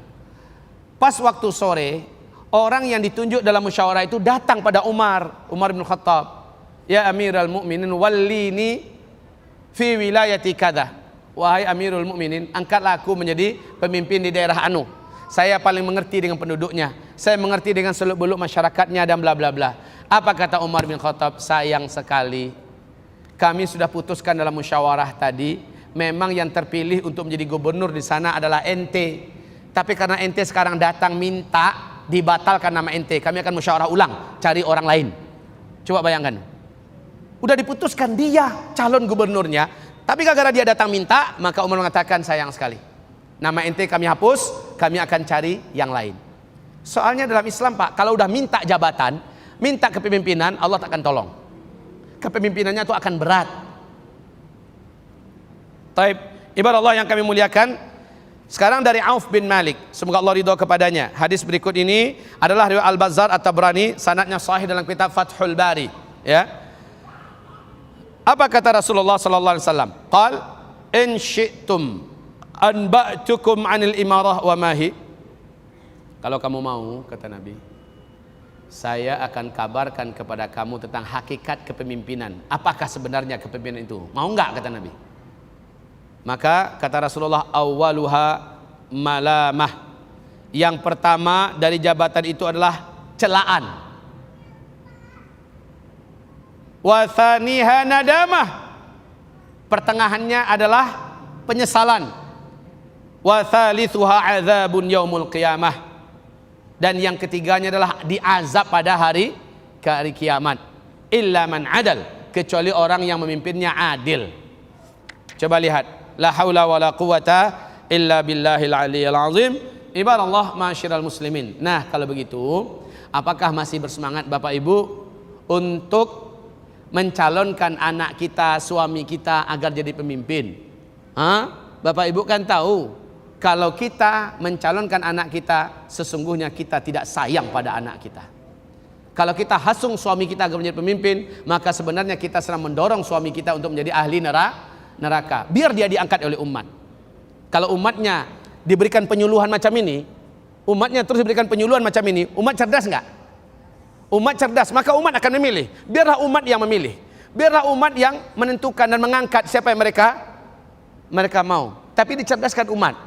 Mudah-mudahan ceramah ini nanti menyebar, ya. Lalu umat di mana-mana yang ngerti bahasa Indonesia paham. Di daerah-daerahnya dimanapun berada se-Indonesia, dia harus berpikir, siapakah yang pantas diangkat menjadi pemimpin? Seperti apakah pemimpin yang patut? Seperti apakah calon pemimpin yang tidak pantas?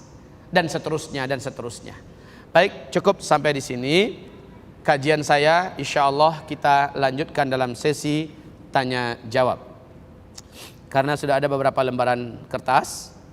Insya Allah yang sifatnya politik praktis di Indonesia saya tidak jawab, ya.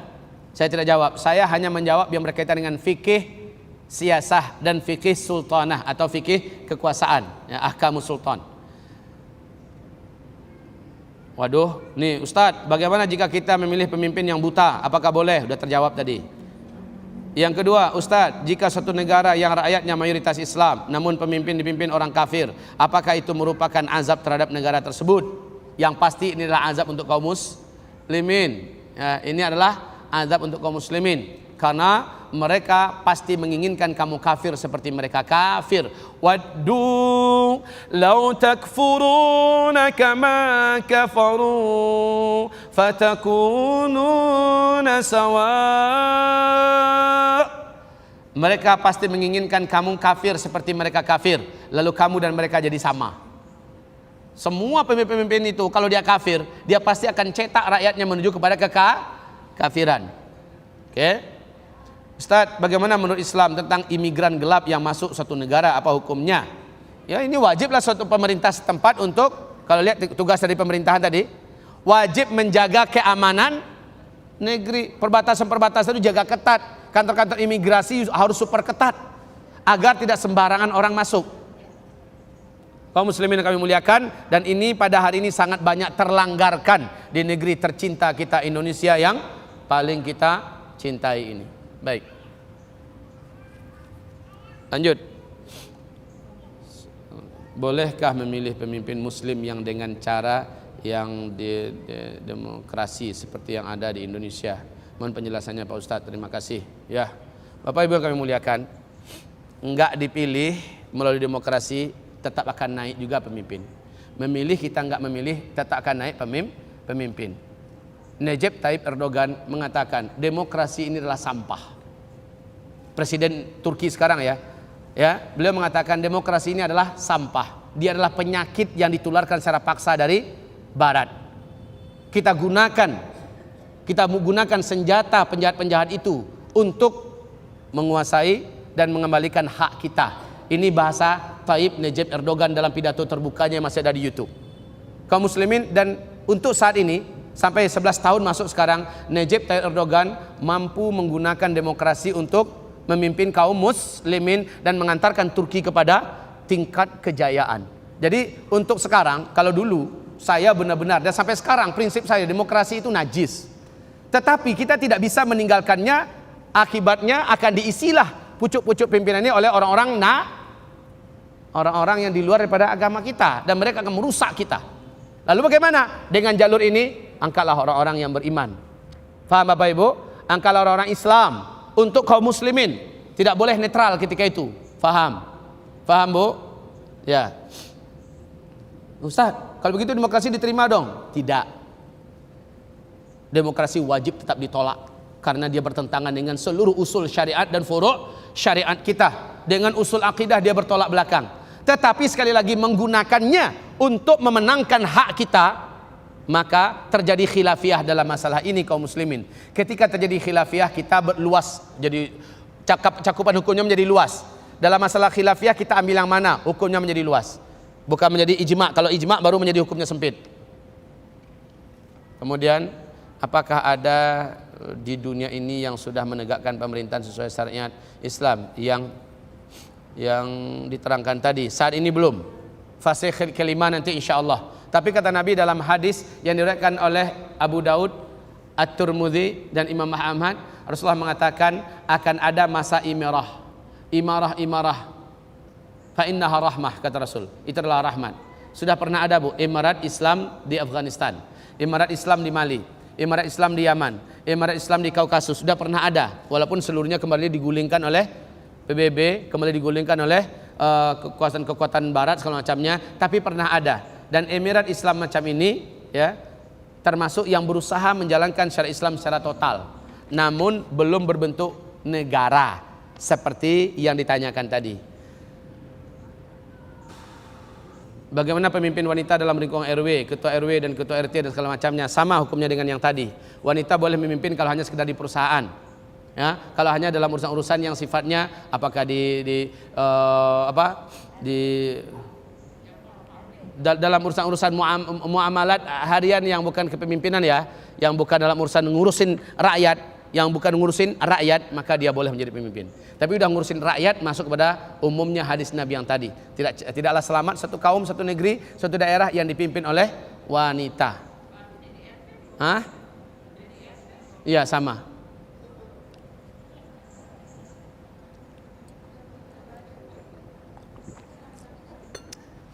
Bu, Ibu, ini bukan dari Ustaz Zulkifli. Ustaz Zulkifli ini orang bodoh, orang nggak ngerti. Tapi kalau dibaca buku-buku fikih di mazhab-mazhab para ulama-ulama ahli mazhab kita, mereka menyepakati ini, Bu, tidak boleh wanita diangkat menjadi pemimpin dalam mengurus urusan umat. Tapi dalam urusan bisnis silahkan. Dalam urusan pertanian, urusan perkantoran yang sifatnya bisnis, ya, kedokteran segala macamnya silahkan. Tapi tidak dalam urusan mengurus rakyat. Ya. Terus bagaimana jika jamaahnya perempuan semua, terus imamnya perempuan? Ya boleh. Jamaahnya perempuan semua, imamnya perempuan. Hukumnya apa? Ya boleh. Ya. Bagaimana jika seorang tua sendiri yang musyrik? Bagaimana dengan anak terhadap orang tuanya? Ya kayak diperintahkan dalam surat Luqman. Surat 31 ayat 13. Allah perintahkan agar tetaplah berlaku baik kepada mereka, tapi jangan patuhi mereka. Ya, tetaplah berlaku baik pada mereka, tapi jangan patuhi mereka. Berikutnya, Assalamualaikum Ustaz.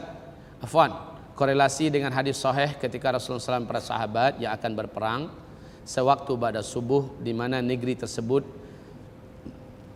terdengar azan, maka Rasulullah SAW dan para sahabat tidak berperang. Maka negeri tersebut adalah negeri Islam. Afwan Ustaz. Ustaz menjelaskan apa nih? Pemerintah Indonesia bukan pemerintah Islam, tapi syiar Islam tersebar dengan bebasnya seperti sholat, puasa, azan, tidak dan seterusnya. Mohon penjelasannya Pak Ustaz. Ini rasanya nggak perlu saya jawab. Ibu tanya saja kepada seluruh ulama yang duduk di majelis ulama Indonesia. Tiap satu orang ditanya ini pemerintahan Islam nggak, sepakat mereka menjawab bukan pemerintahan Islam. Ciri khas pemerintahan Islam, seluruh ulama Ahlussunnah wal Jamaah mengatakan adalah menjalankan syariat Islam dalam pemerintahannya. Ya, sekarang silakan ibu tanya, mulai dari siapa yang masih hidup, mantan presiden, masih hidup Pak Habibie, siapa Pak SBY, yang masih berkuasa sekarang Pak Jokowi. Coba tanyakan masing-masing mereka. Ini Indonesia pemerintahan Islam nggak, negeri Islam nggak, ya, negara Islam nggak? Mereka pasti akan menjawab, ya, bukan, jelas. Jadi ini nggak perlu ulama yang jawab kayak gini-ginian. Faham Bapak Ibu? Hakim-hakim yang ada di hakim tinggi di mana-mana tanya, Pak polisi TNI, coba tanya semua, ini negara Islam nggak? Ini pemerintahan Islam nggak? Mereka semua bisa jawab, bukan. Lalu ngapain juga ini ditanyain? Cuma kita yang umat Islam di sini, selama masih kita dibenarkan berdakwah di sini, masih dibenarkan kita menjalankan syariat Allah, maka hiduplah di sini dan teruslah jalankan agama sesanggup yang kita bisa jalankan. Jangan buat makar, jangan buat provokasi yang menyebabkan kekacauan di sana sini, melakukan tindakan anarkis, memberontak segala macamnya. Ini fitnah bagi Islam dan kaum muslimin.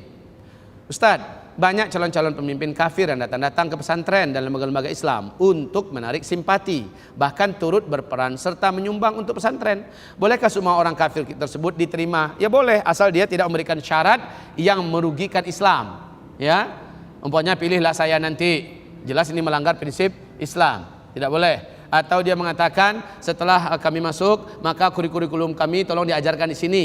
Padahal kurikulum itu jelas merusak agama kita dan peradaban kita, maka juga wajib menolaknya. Tapi ini saya bantu, ya silakan terima.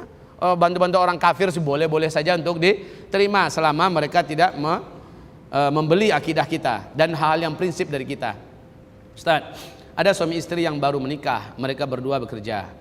Sang suami menyuruh istri berhenti kerja, lalu istrinya mengatakan bahwa ia masih harus membantu orang tuanya yang sakit-sakitan, sedangkan gaji suami kecil. Bagaimana pandangan Islam tentang hal tersebut? Ini maaf ya, nggak ada hubungannya dengan urusan pembahasan kita. Saya tidak bisa jawab. Bismillahirrahmanirrahim. 1. Apakah kita boleh berharapkan atau segera ada kembali adanya khilafah hadir kembali ke dunia nyata ini, dunia kita? Kenapa tidak? Bukankah jelas-jelas Allah dalam surat An-Nur ayat 55 mengatakan kamu kembali akan memimpin dunia ini dengan khilafah Islamiyah. Itu janji Allah. Dan di dalam hadis yang disahihkan oleh Syekh Ahmad Syakir, Rasul pun menjamin bahwa penutup dari keberadaan umat Islam di dunia ini, mereka akan kembali menjadi khalifah di muka bumi. Jadi kalau kita berdoa, kita berharap, insya Allah itu sah karena sesuai dengan ayat, sesuai dengan hadis. Yang kedua, bagaimana tentang ISIS? Katanya menegakkan khilafah. Bagaimana dengan ISIS? Maka saya sudah menjawab dalam banyak ceramah saya, ya, ini bukan zaman khilafah.